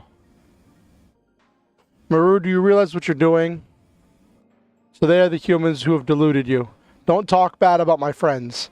Maru, I'm still me. I want to protect everybody in the forest in my own way. With Dart and friends. The ancestor believed in Maru and is allowing the humans to pass through here. You have to believe in Maru too. Humans over there, the dragon is supposed to be your ally. Winglies and humans are enemies. Why are you trying to defeat the dragon with us? The dragon campaign has been over for more than 10,000 years. Besides, there's no reason for our two species to fight each other, is there? Well, the Winglies tried to, like, and that's the thing, there are probably some Winglies still alive that were, like, alive whenever the Winglies were, like, enslaving humanity.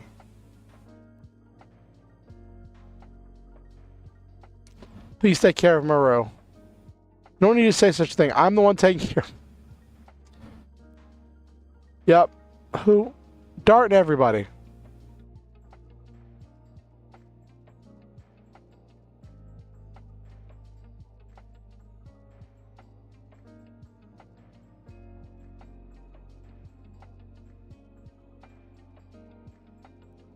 Huh. Don't be yapping about silly things. Just go see the ancestor.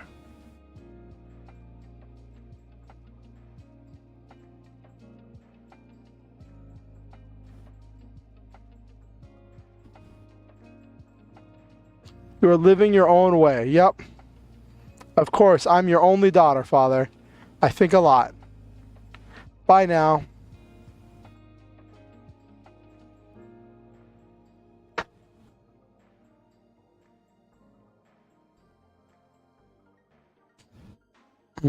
There's no other place for Maru to come home to.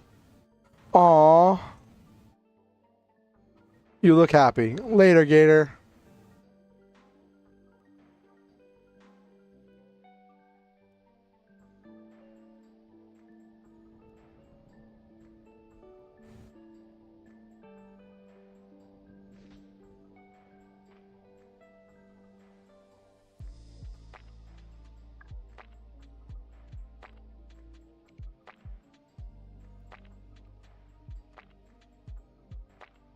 Use this stone, you cannot use magic or fly. Humans, oh yeah, because without the Dragoon stone, without the Dragoon spirit, we're kind of just mere mortals. Trying to vanquish the divine dragon, well, it's an interesting joke. I mean, the original Winglies, with all their power, couldn't destroy the divine dragon. The best they could do is bind it.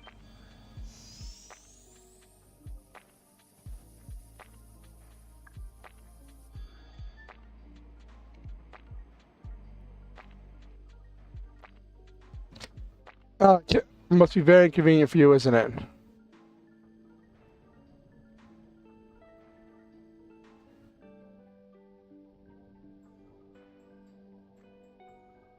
Oh, we can ask about the Wingly lady.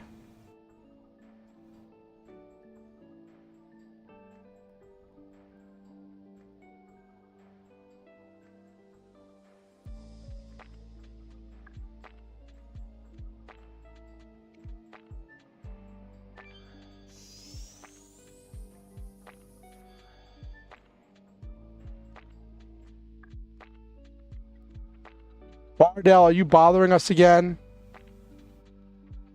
The divine dragon can be taken care of by us without asking humans for help.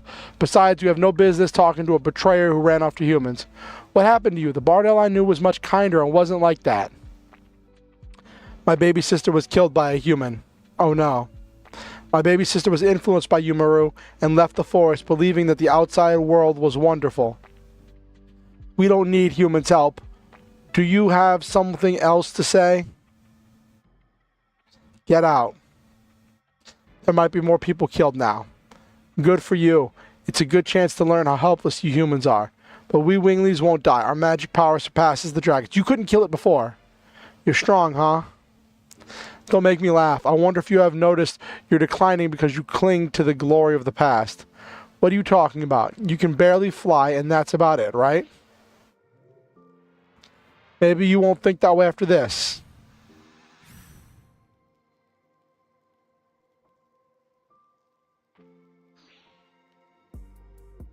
The legendary Dragoon, please let us take care of the divine dragon. I'll come back to take care of your baby sister's matter after my journey has ended. So please trust us for now. The ones who flaunt their power disappear when the truly powerful appear. I am going ahead.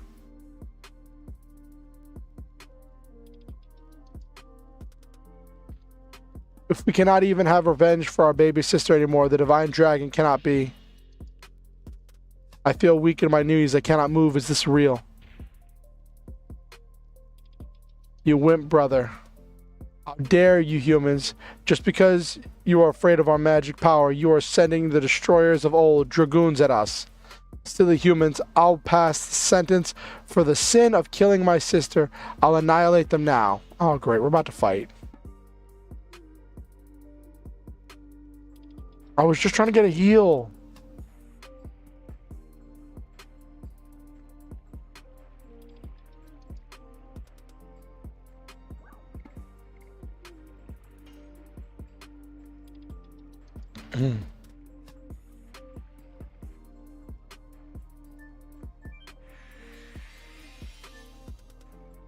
Did that heal me?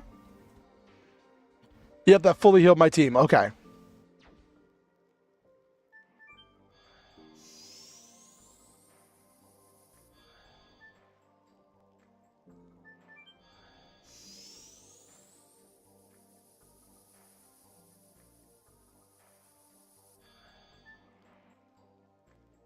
Okay, I'm going to go save now that I've got a full health bar.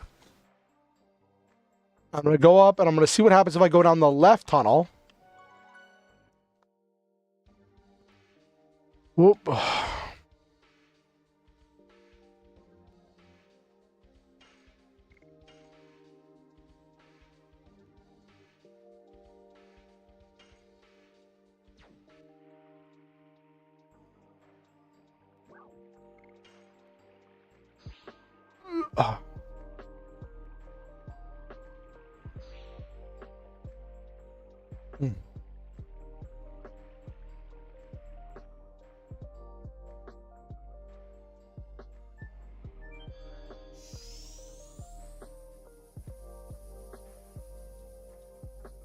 It does go to a different spot.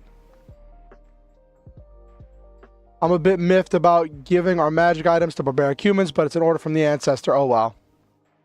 I really don't want to give magic items to humans.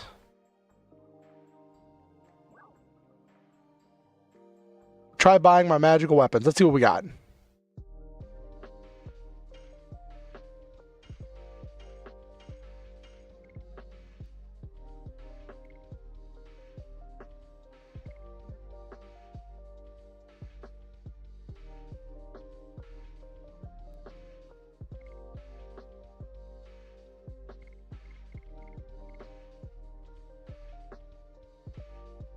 Spiritual Ring could be really good for Kongal.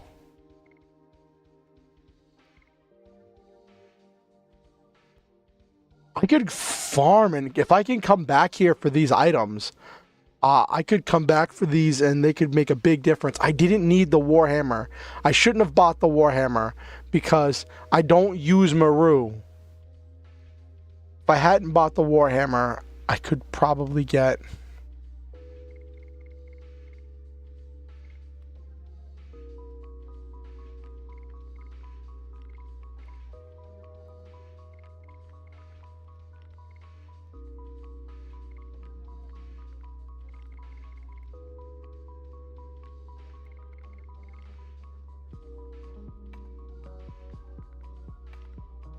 Oh my gosh, it drops his physical attack too.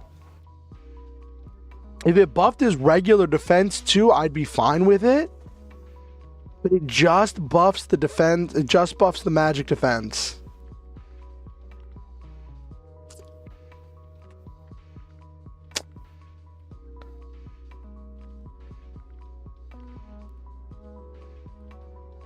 And I use his magic attacks a lot.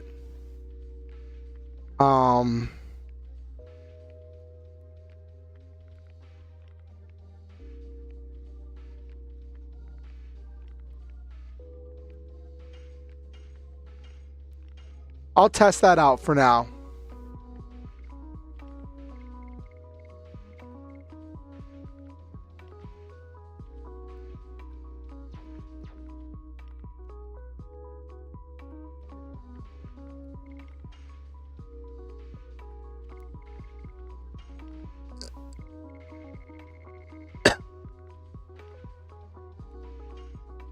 Oh my gosh. Now I gotta go. That's why he can work, because he has the extra.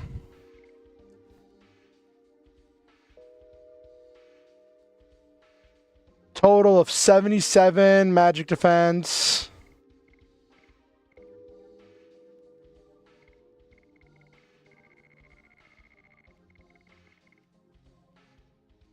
He's at 81 magic defense. That's fine.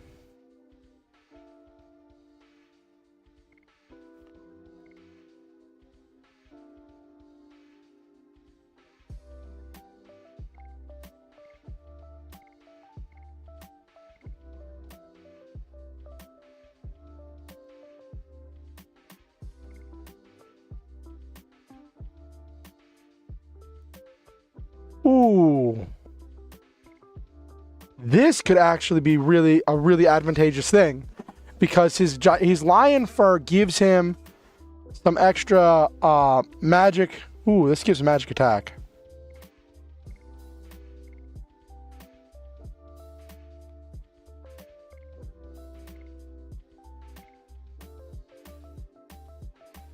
$81, so loses 6 points.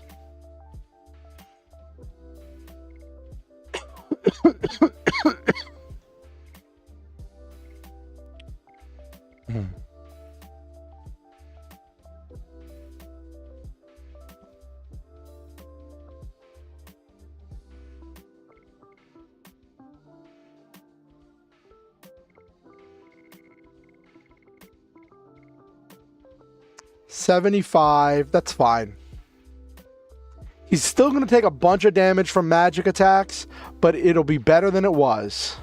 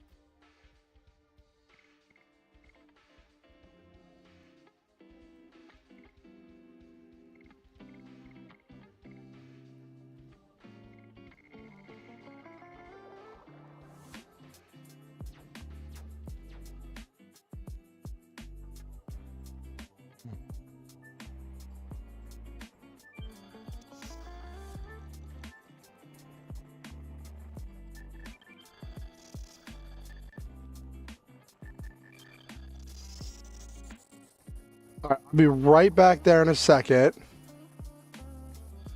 First, I'm going to go heal.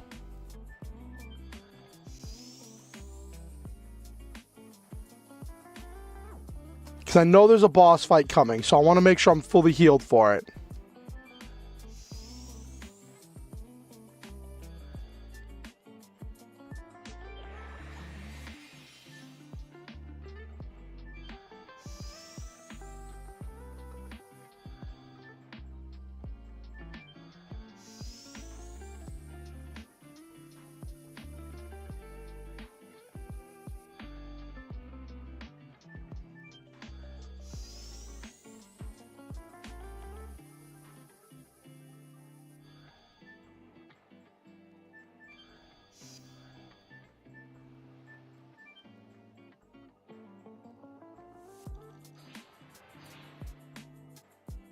What's that? It's the Archangel. What's the Archangel? It's the guardian god of the Winglies, the ancestor told me. But don't you worship it too, Maru? I don't know. I've never been protected. Maybe I just don't know, though. Okay, end of tour.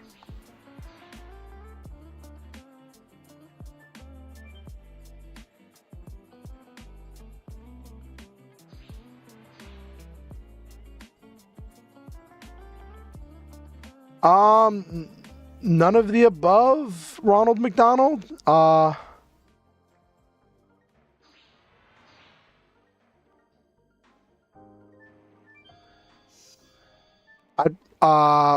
prefer you avoid sexually explicit conversation. I need to put that in the rules. That's what I need to put in my thing. I need to put rules in my descriptions. How are you doing tonight, Ronald McDonald?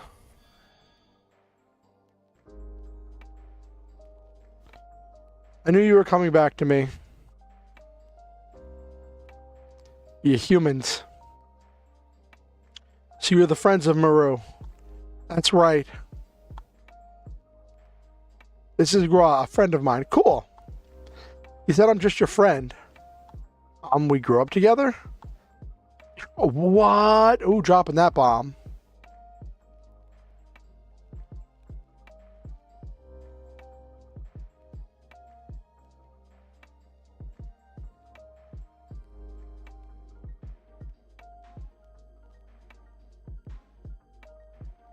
What are you analyzing me for? Oh no.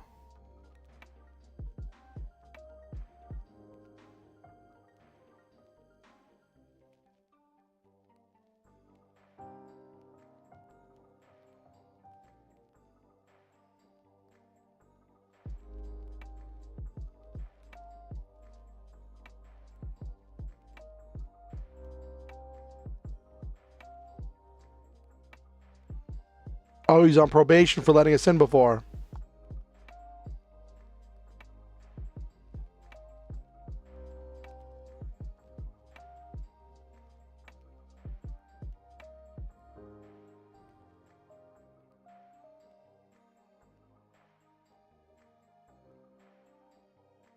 Hmm.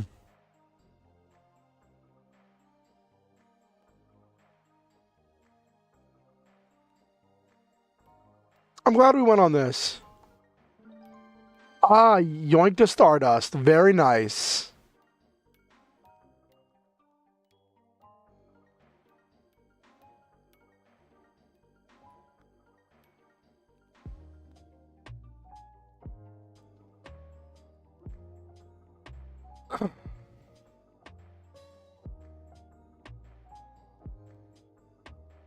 Okay, so it doesn't say anything now.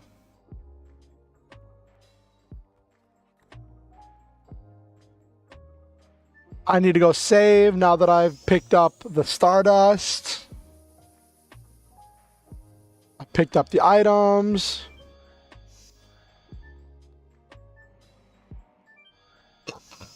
I've seen all the side stuff. That's all stuff I could have missed. That's what's funny. I could have completely missed that stuff going down that left passage.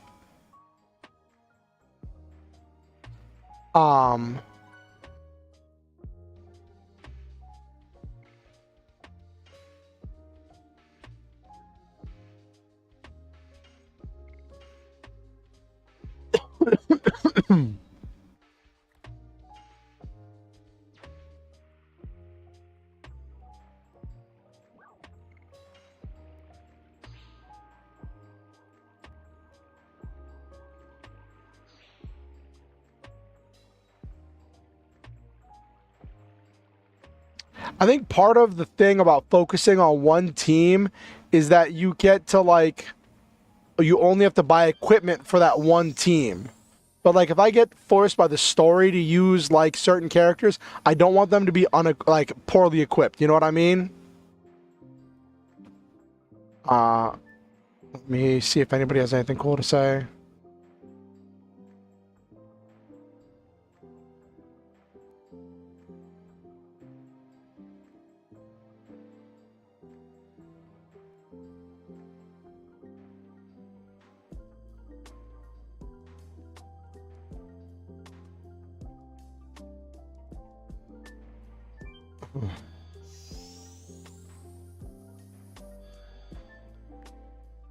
Yes, it's very classic Nabiru. All right, now let's go talk to the leader and have whatever boss fight's waiting for me. It's like a Pokemon where you raise just a few, but you're left with your HM pets and nothing else. Yeah.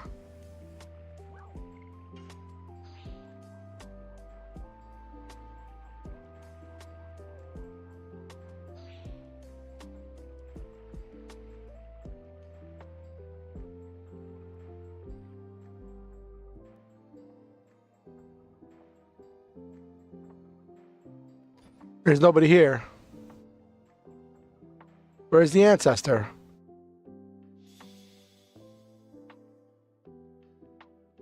My body's being healed. What? Is this the magic healing? We just went through a healing thing. Ancestor, sorry we're late.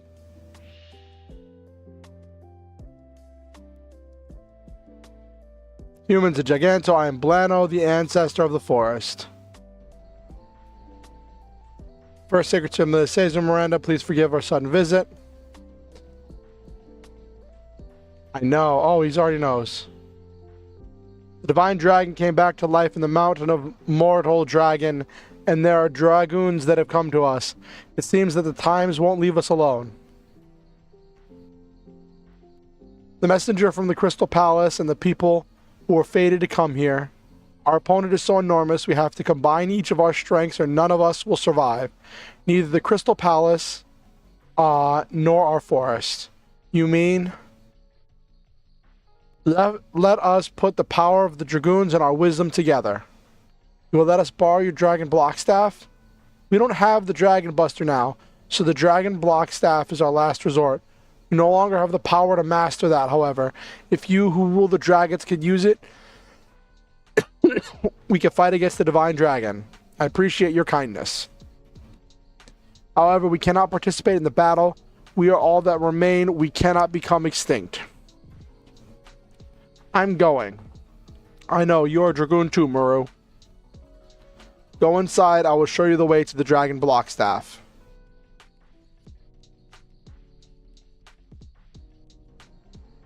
Let our powers combine, exactly.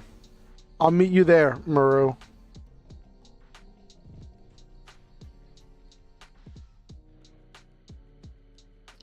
You're attracted to those humans. Yep. They're really cool, Ancestor. I want to go on a journey with them. And I want to see my mother and father anytime I want. Are you telling me to throw our commandment away? Yes. It is not the right time yet. But eventually in the near future the time will come when us and humans live together. Go with them. As a wingly, go see humans, or better yet, the entire world. Your experience will lead us. Okay, I hear you. I'll meet you there.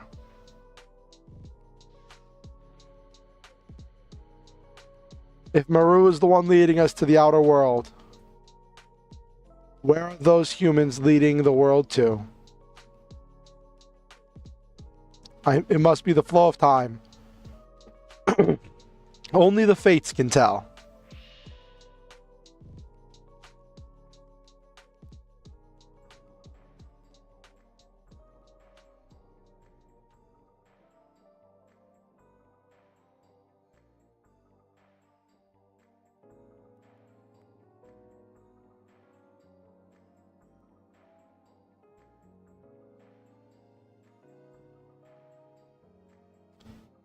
It used to be until 11,000 years ago a palace for us winglies, and it is the place where eternal prosperity was promised.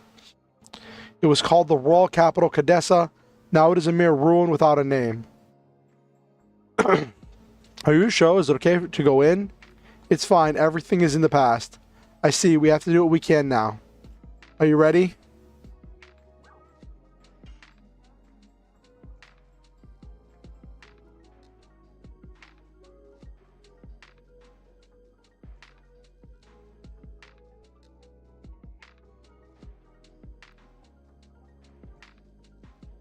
Okay.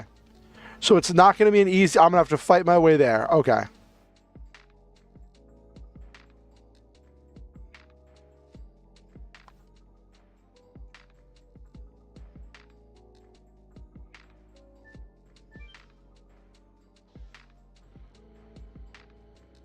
Okay.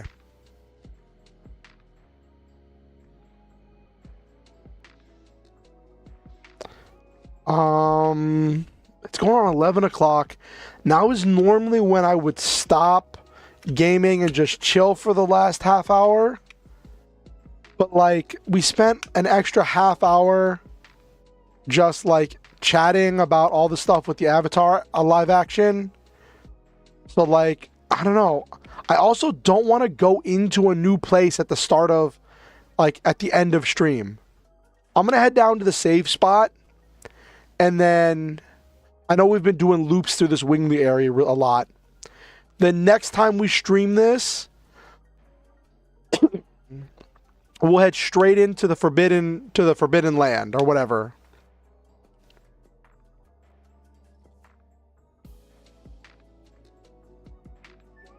Ooh, what's over here?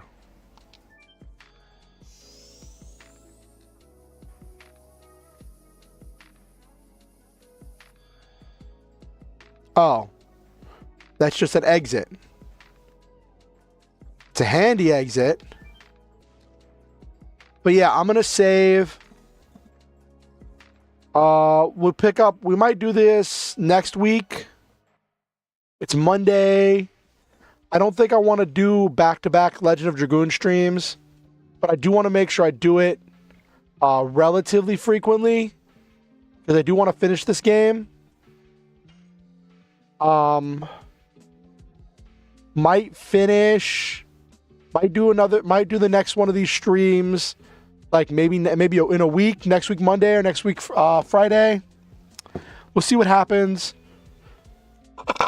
Oh, excuse me. All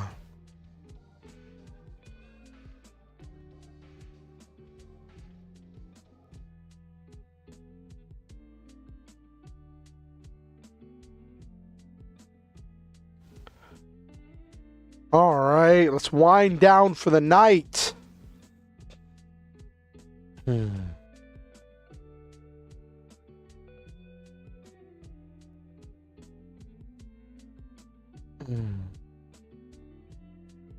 Let's pop the visor open.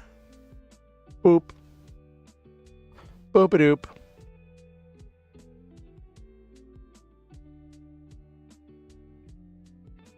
Okay.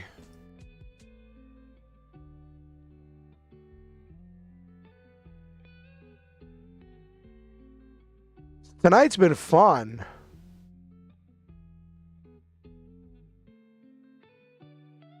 We had a lot of stuff happen on the Twitch side. Okusen gave out threw some money around. We had a raid, got a new viewer, got a new follower, got a new subscriber. It was fun. It was definitely fun. And all of that. Let's see if there's any cool things happening. Oh no, what happened to Sweets? Sweets posted, never ever sacrifice your feeling of comfortability and safety for anyone, whether it's online or IRL. Trust me, I don't know what she got herself caught up in.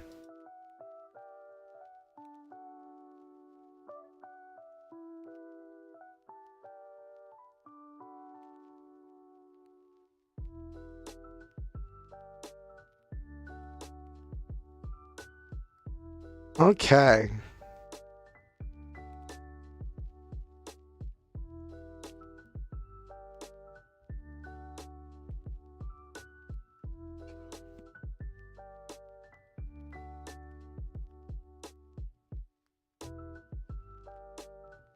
All right.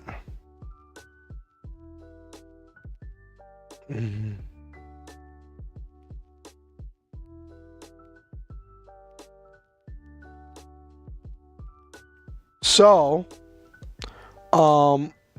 let's talk for a bit. So, like, Bravern was fun last week. I can't wait to see what happens this week on Bravern. It's fun watching another series. I'm hoping that the community picks up Bravern. Actually, let me see if there are any Bravern memes.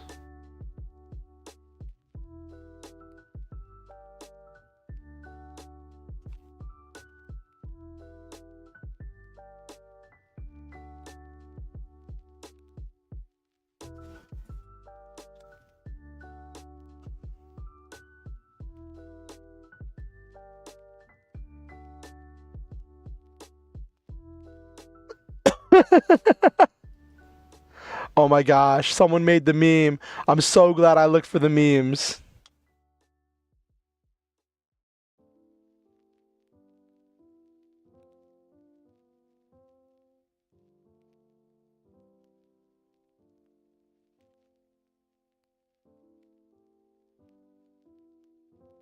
Hold on, let me see.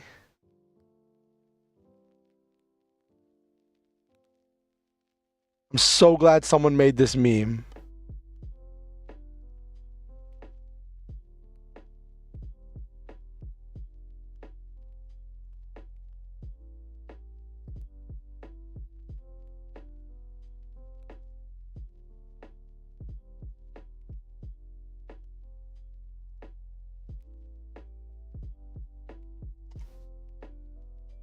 This like really encapsulates a lot of my feelings when Bravern first came out.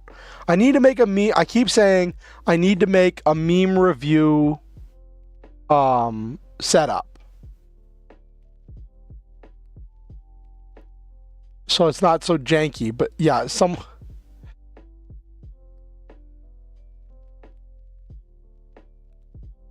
before watching Ep 1.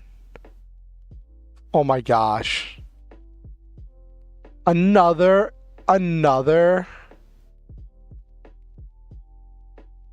anime. And then bang, bang, bang, bang, bang. Yes. That very much encapsulates the feeling of watching Bravern.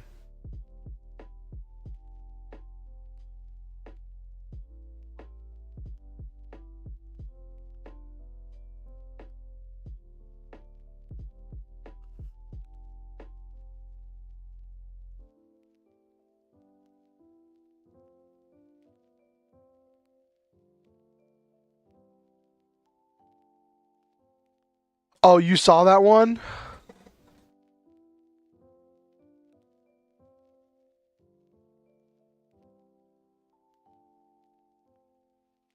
Oh my gosh. There's so many silly things in Bravern. Like, it plays so many things so silly. Um,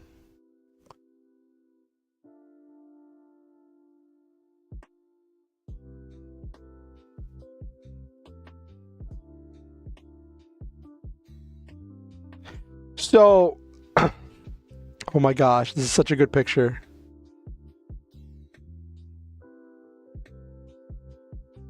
There's one part in one of the episodes. There's one part in one of the episodes where he's traveling to a battle zone, right? And the commander looks down at the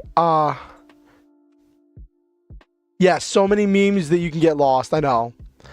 There's one part in one of the episodes where the commander looks down at his radar, right? And he sees a custom icon for Bravern with Bravern's name on it, labeling it on his radar screen as Bravern's traveling. And the person at the radar is just like, we have something coming in fast. It's Bravern. And the commander is just like, why is his name in our radar system? And it's this moment where he's just like, what?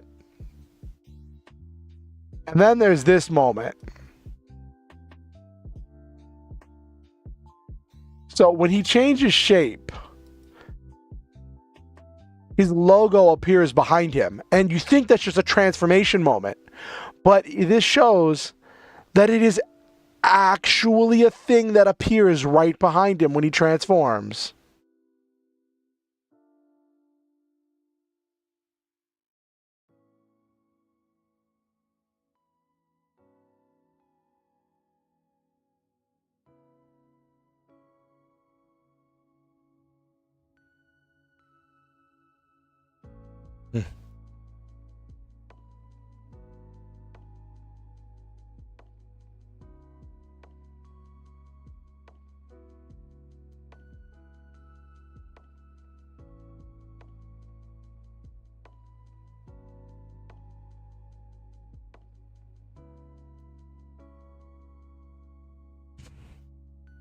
I saw one thing where someone was like, despite the busty support crew, because like they made them the support girls, they made them the mechanics and support girls thick.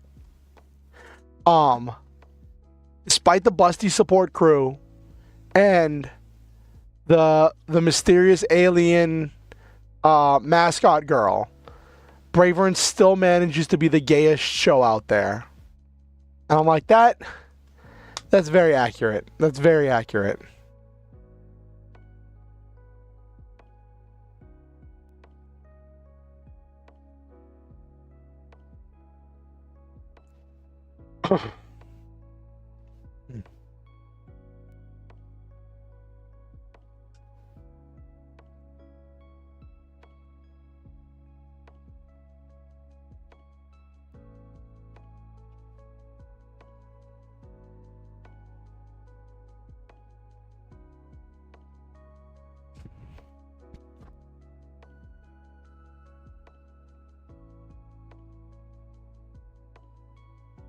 I also love that like Bravern has ended every fight with um a different special attack. And there was a thing in the most recent episodes where like Bravern was sitting down with Isami. Well, he was actually standing, but they were still like talking with Isami privately, discussing special attack moves, and they were discussing special attack names. And that I'm really mad that that happened off screen, but I also understand that it wasn't the point of the episode. So if it had been animated, it would have just kind of dragged the pacing along. But I really, really wanted to know how that conversation was going, because Isami was only doing the conversation because he was mad at Smith. So he was like, "Fine, I'll go spend time with Bravern because I'm mad at Smith."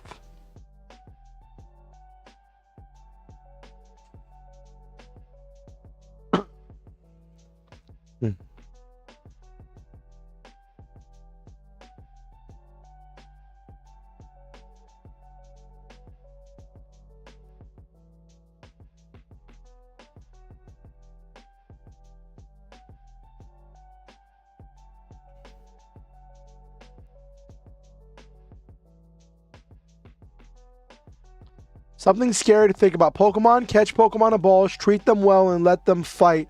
Pal, catch pals, people, forced to do manual labor or be eaten. Yeah. Yeah, Pal World. I'm not a fan of Pal World. The fact that you can catch people in the balls too. A lot of the stuff being what it is. Um Pokemon Company said that they're investigating uh I'm just like, you know what? I barely like Pokemon. My only type of Pokemon I like are steel types. Um and I mean some rocks. I like some rock types. A couple darks. But like and then there's yeah, then there's well then there's Golurk. That's one of my favorites because it's a golem. That's more of a ground than a rock, but it's like it has like stone body, so you feel like it should be a rock, but whatever. Golurk is fun. I love Golurk because I love the Legend of the Golem.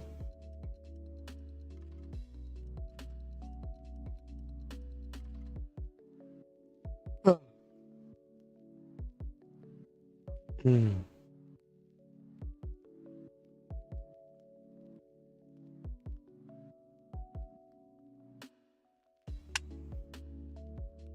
That actually got me wondering because I started watching the Brave series with Silva.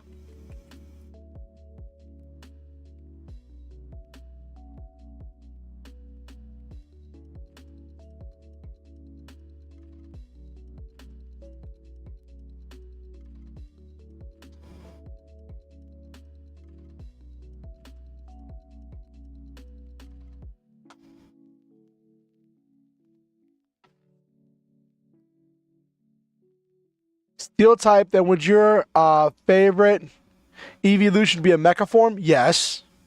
Hands down. Yes.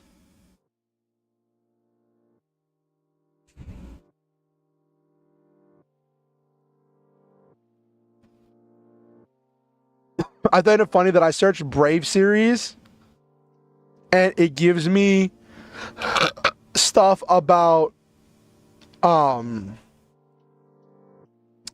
it gives me stuff about the Disney movie Brave.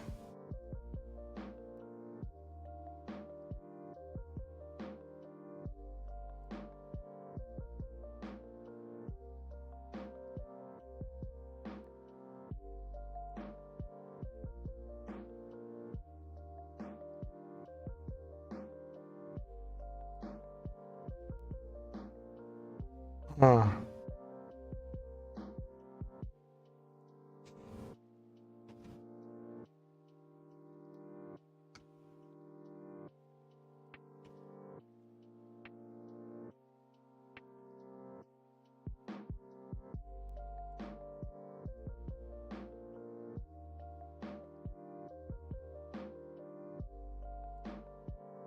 one of the fun things about watching through the Brave series with Silva means we get to the origin of is this a pigeon meme. That guy was like, is this a pigeon looking at the butterfly? That meme is from one of the Brave series, which is really funny.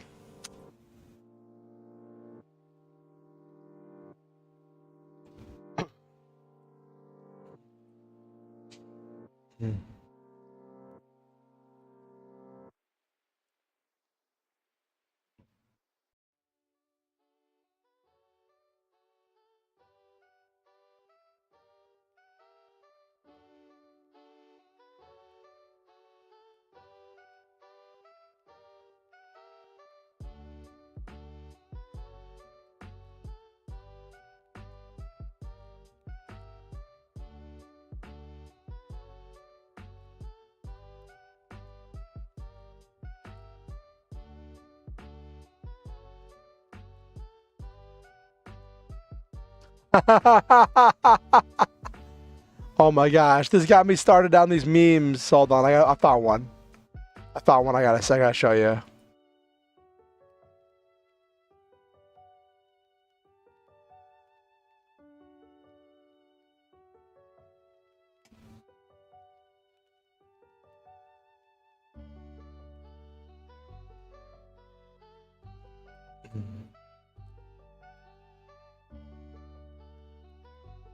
Marvel Infinity War is the most ambitious crossover event in history. Bandai Namco, cute picture of Super Robot Wars. I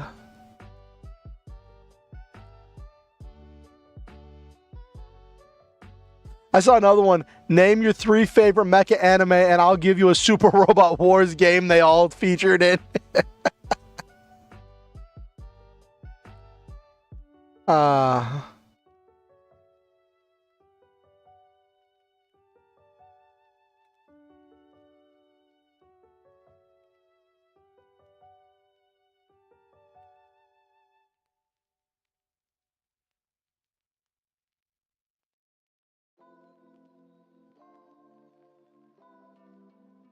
So, fun fact, when I was getting stuff on sale, I think I mentioned this before, I got my hands on Super Robot Wars 30 and all the DLC. And once I'm cleared up and caught up and finished some of the games on my current slate to finish, I'm going to start adding Super Robot Wars to the rotation to work through. That's one of the reasons I want to work through Legend of Dragoon. Zoid Saga, we're moving through at a pretty good clip. Because how long is Zoid Saga? DS.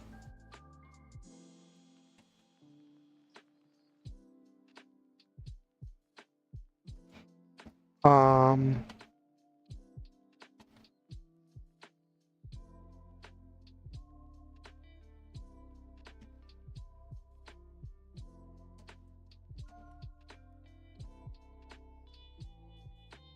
26 hours. Zoid Saga DS length.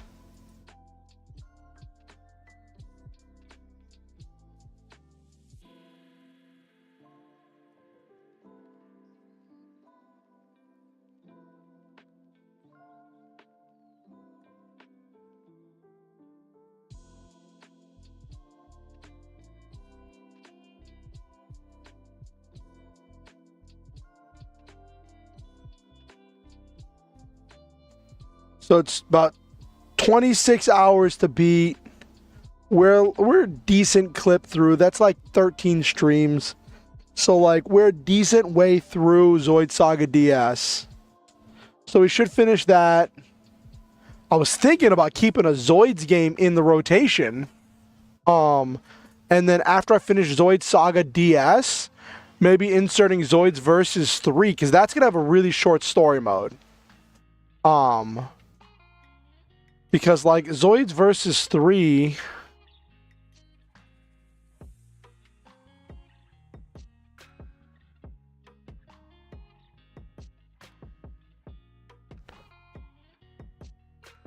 What?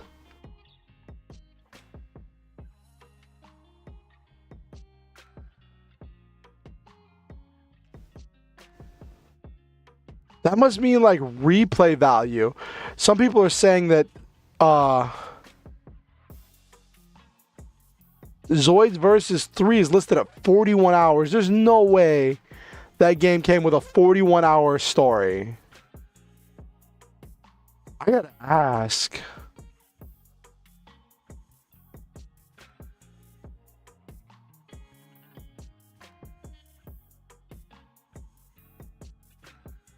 Because that might be a little bit more complicated. If I put that on the rotation, that ends up being a 40 some odd hour. That's like 20 streams, 22, 21, 22 streams.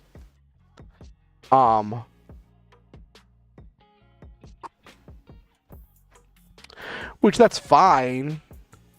But like, I mean, if I look at how far I've come,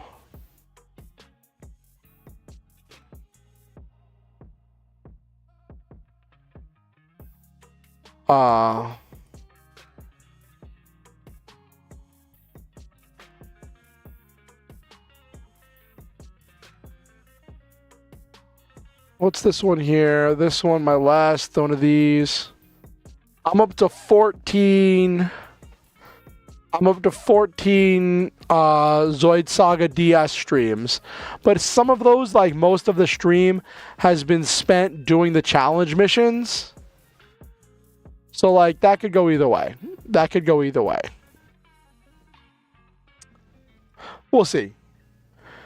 I feel like doing the challenge mission is kind of part of the playthrough. Part of the playthrough experience. But like, I don't know, like, I feel like it's part of the playthrough experience and it unlocks stuff as you go, and anything like that where like it unlocks as you go, I feel like you gotta do as it comes up. Like I've seen people do that with like Armored Core, where like Armored Core 6, as they play through it, unlocks different tiers of the arena, and then when they unlock it, they'll beat that like all the stuff in the arena there to unlock stuff before they go back and do the actual next chapter of the story. And I feel like that's something really cool.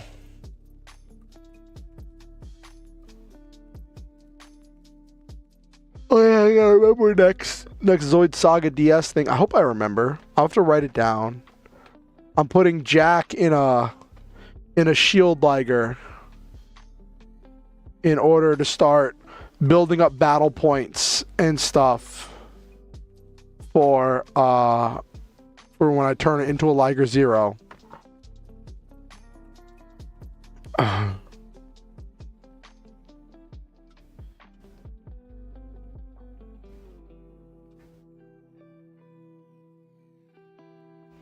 Which that'll be its own adventure.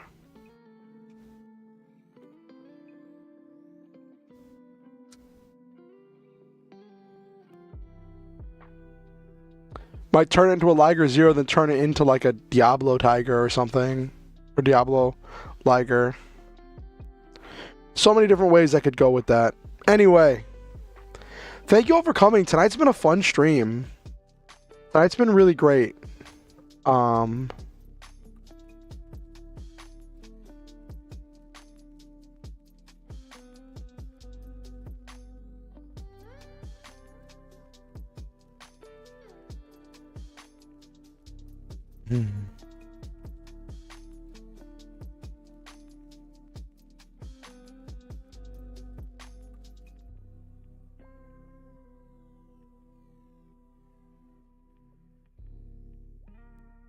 Alrighty.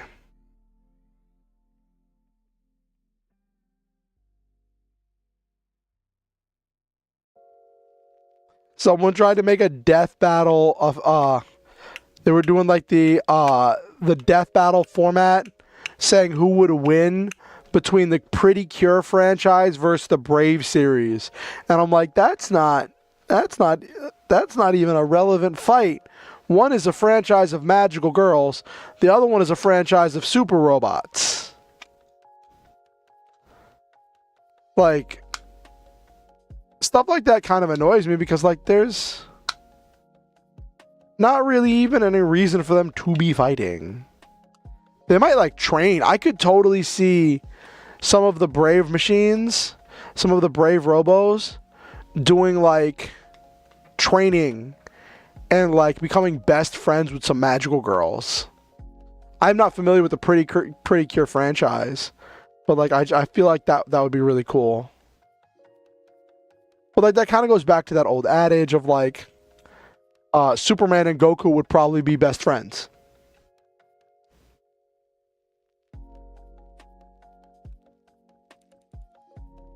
Alright.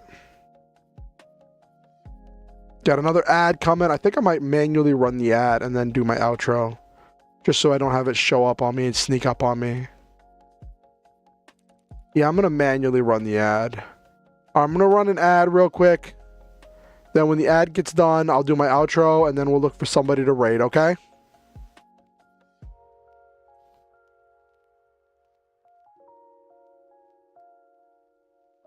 Oh.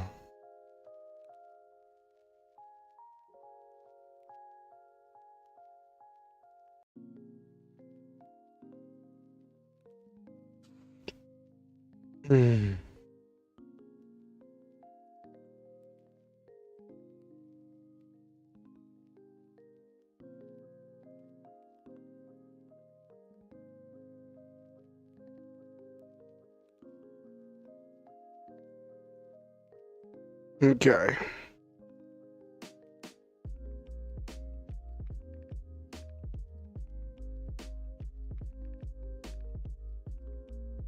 All right.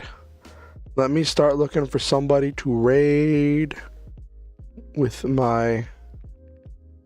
Oh, we have a couple viewers. Cool.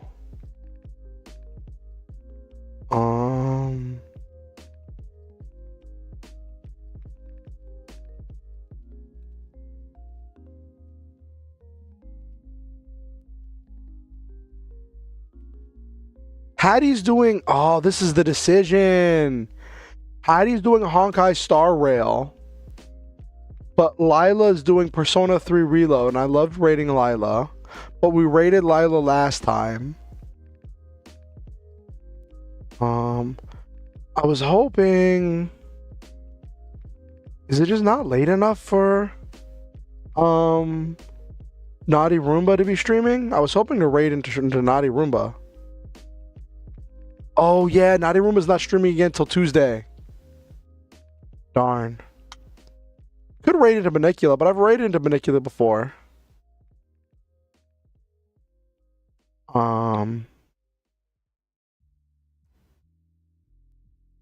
Let's see. All right, everybody. Let's do the outro for everyone, and then we will raid into Hattie and see what's going on there. Also, I don't know if people are avoiding spoilers from Persona 3 Reloaded because Persona 3 Reloaded just came out. For those of you who don't know, at the end of stream, I like to say positive affirmations to speak positivity and goodness into the lives of all of my viewers. So let me just scroll up. We had a lot of people come through tonight. To Silva, to Noel Main, to Nabiru. Who else do we have? To Okusen.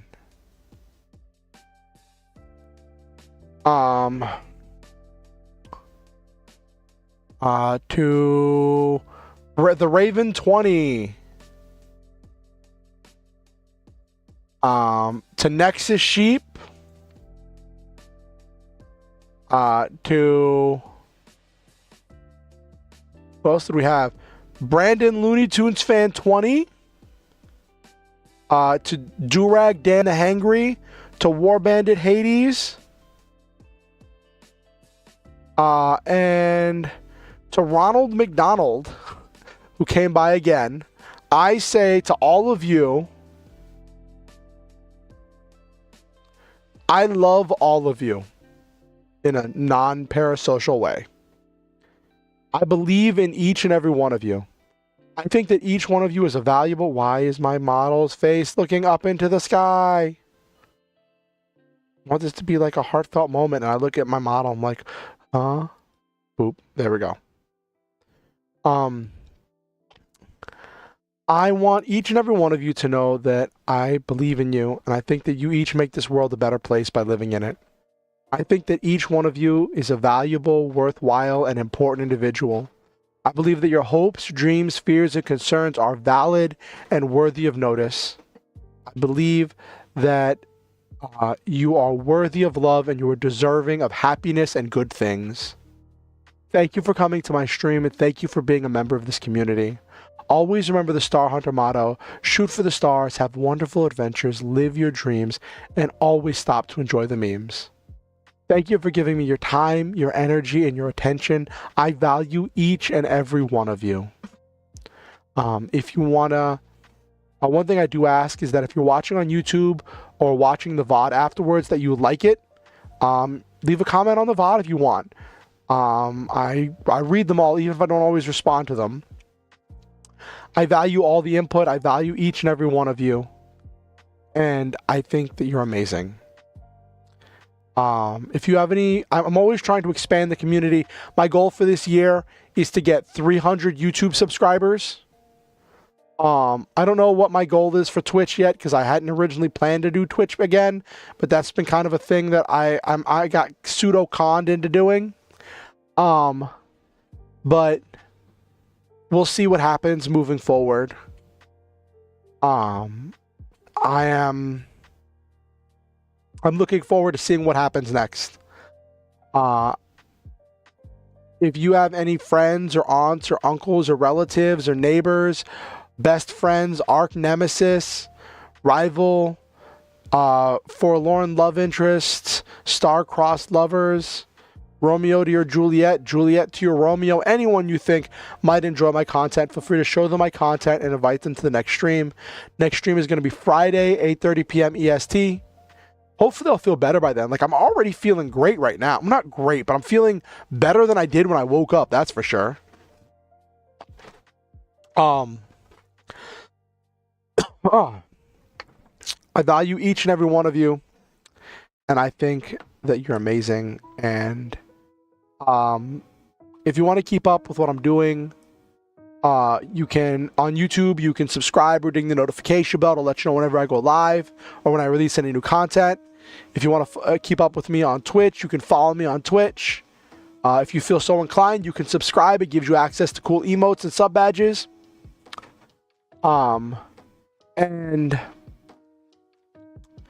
if you want to follow me elsewhere, you can join my Discord, follow me on Blue Sky, follow me on Twitter or X, like my Facebook page, and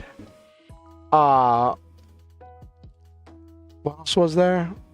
Oh yeah, I already said subscribe on YouTube. But if you want to do any of those things, there are links where you can do them in the description below or in my About panel on my About page. There's also there you can find links to all the places where I got the pieces that I used to make my model what it is. And I look forward to all of you doing that and to interacting with all of you more.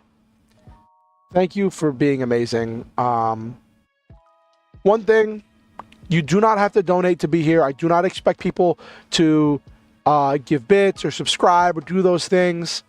Just you being here is wonderful enough for me, and I value each of you for doing that. But with that said, I do appreciate each person who has made things possible for me by helping me out with things in the past. I value each and every one of you for what you've done and for making so many things possible for me. If you ever feel motivated to donate to improve the stream, to improve my life, to help me out with any number of things, and you're in a position in which it is financially safe for you to do so, there are links down below in the description on the YouTube and in the donate button on Twitch where you can do that if you feel so inclined. Thank you for coming to the stream. I look forward to seeing each and every one of you. Hang tight as we are going to get ready to go raid Hattie. All right.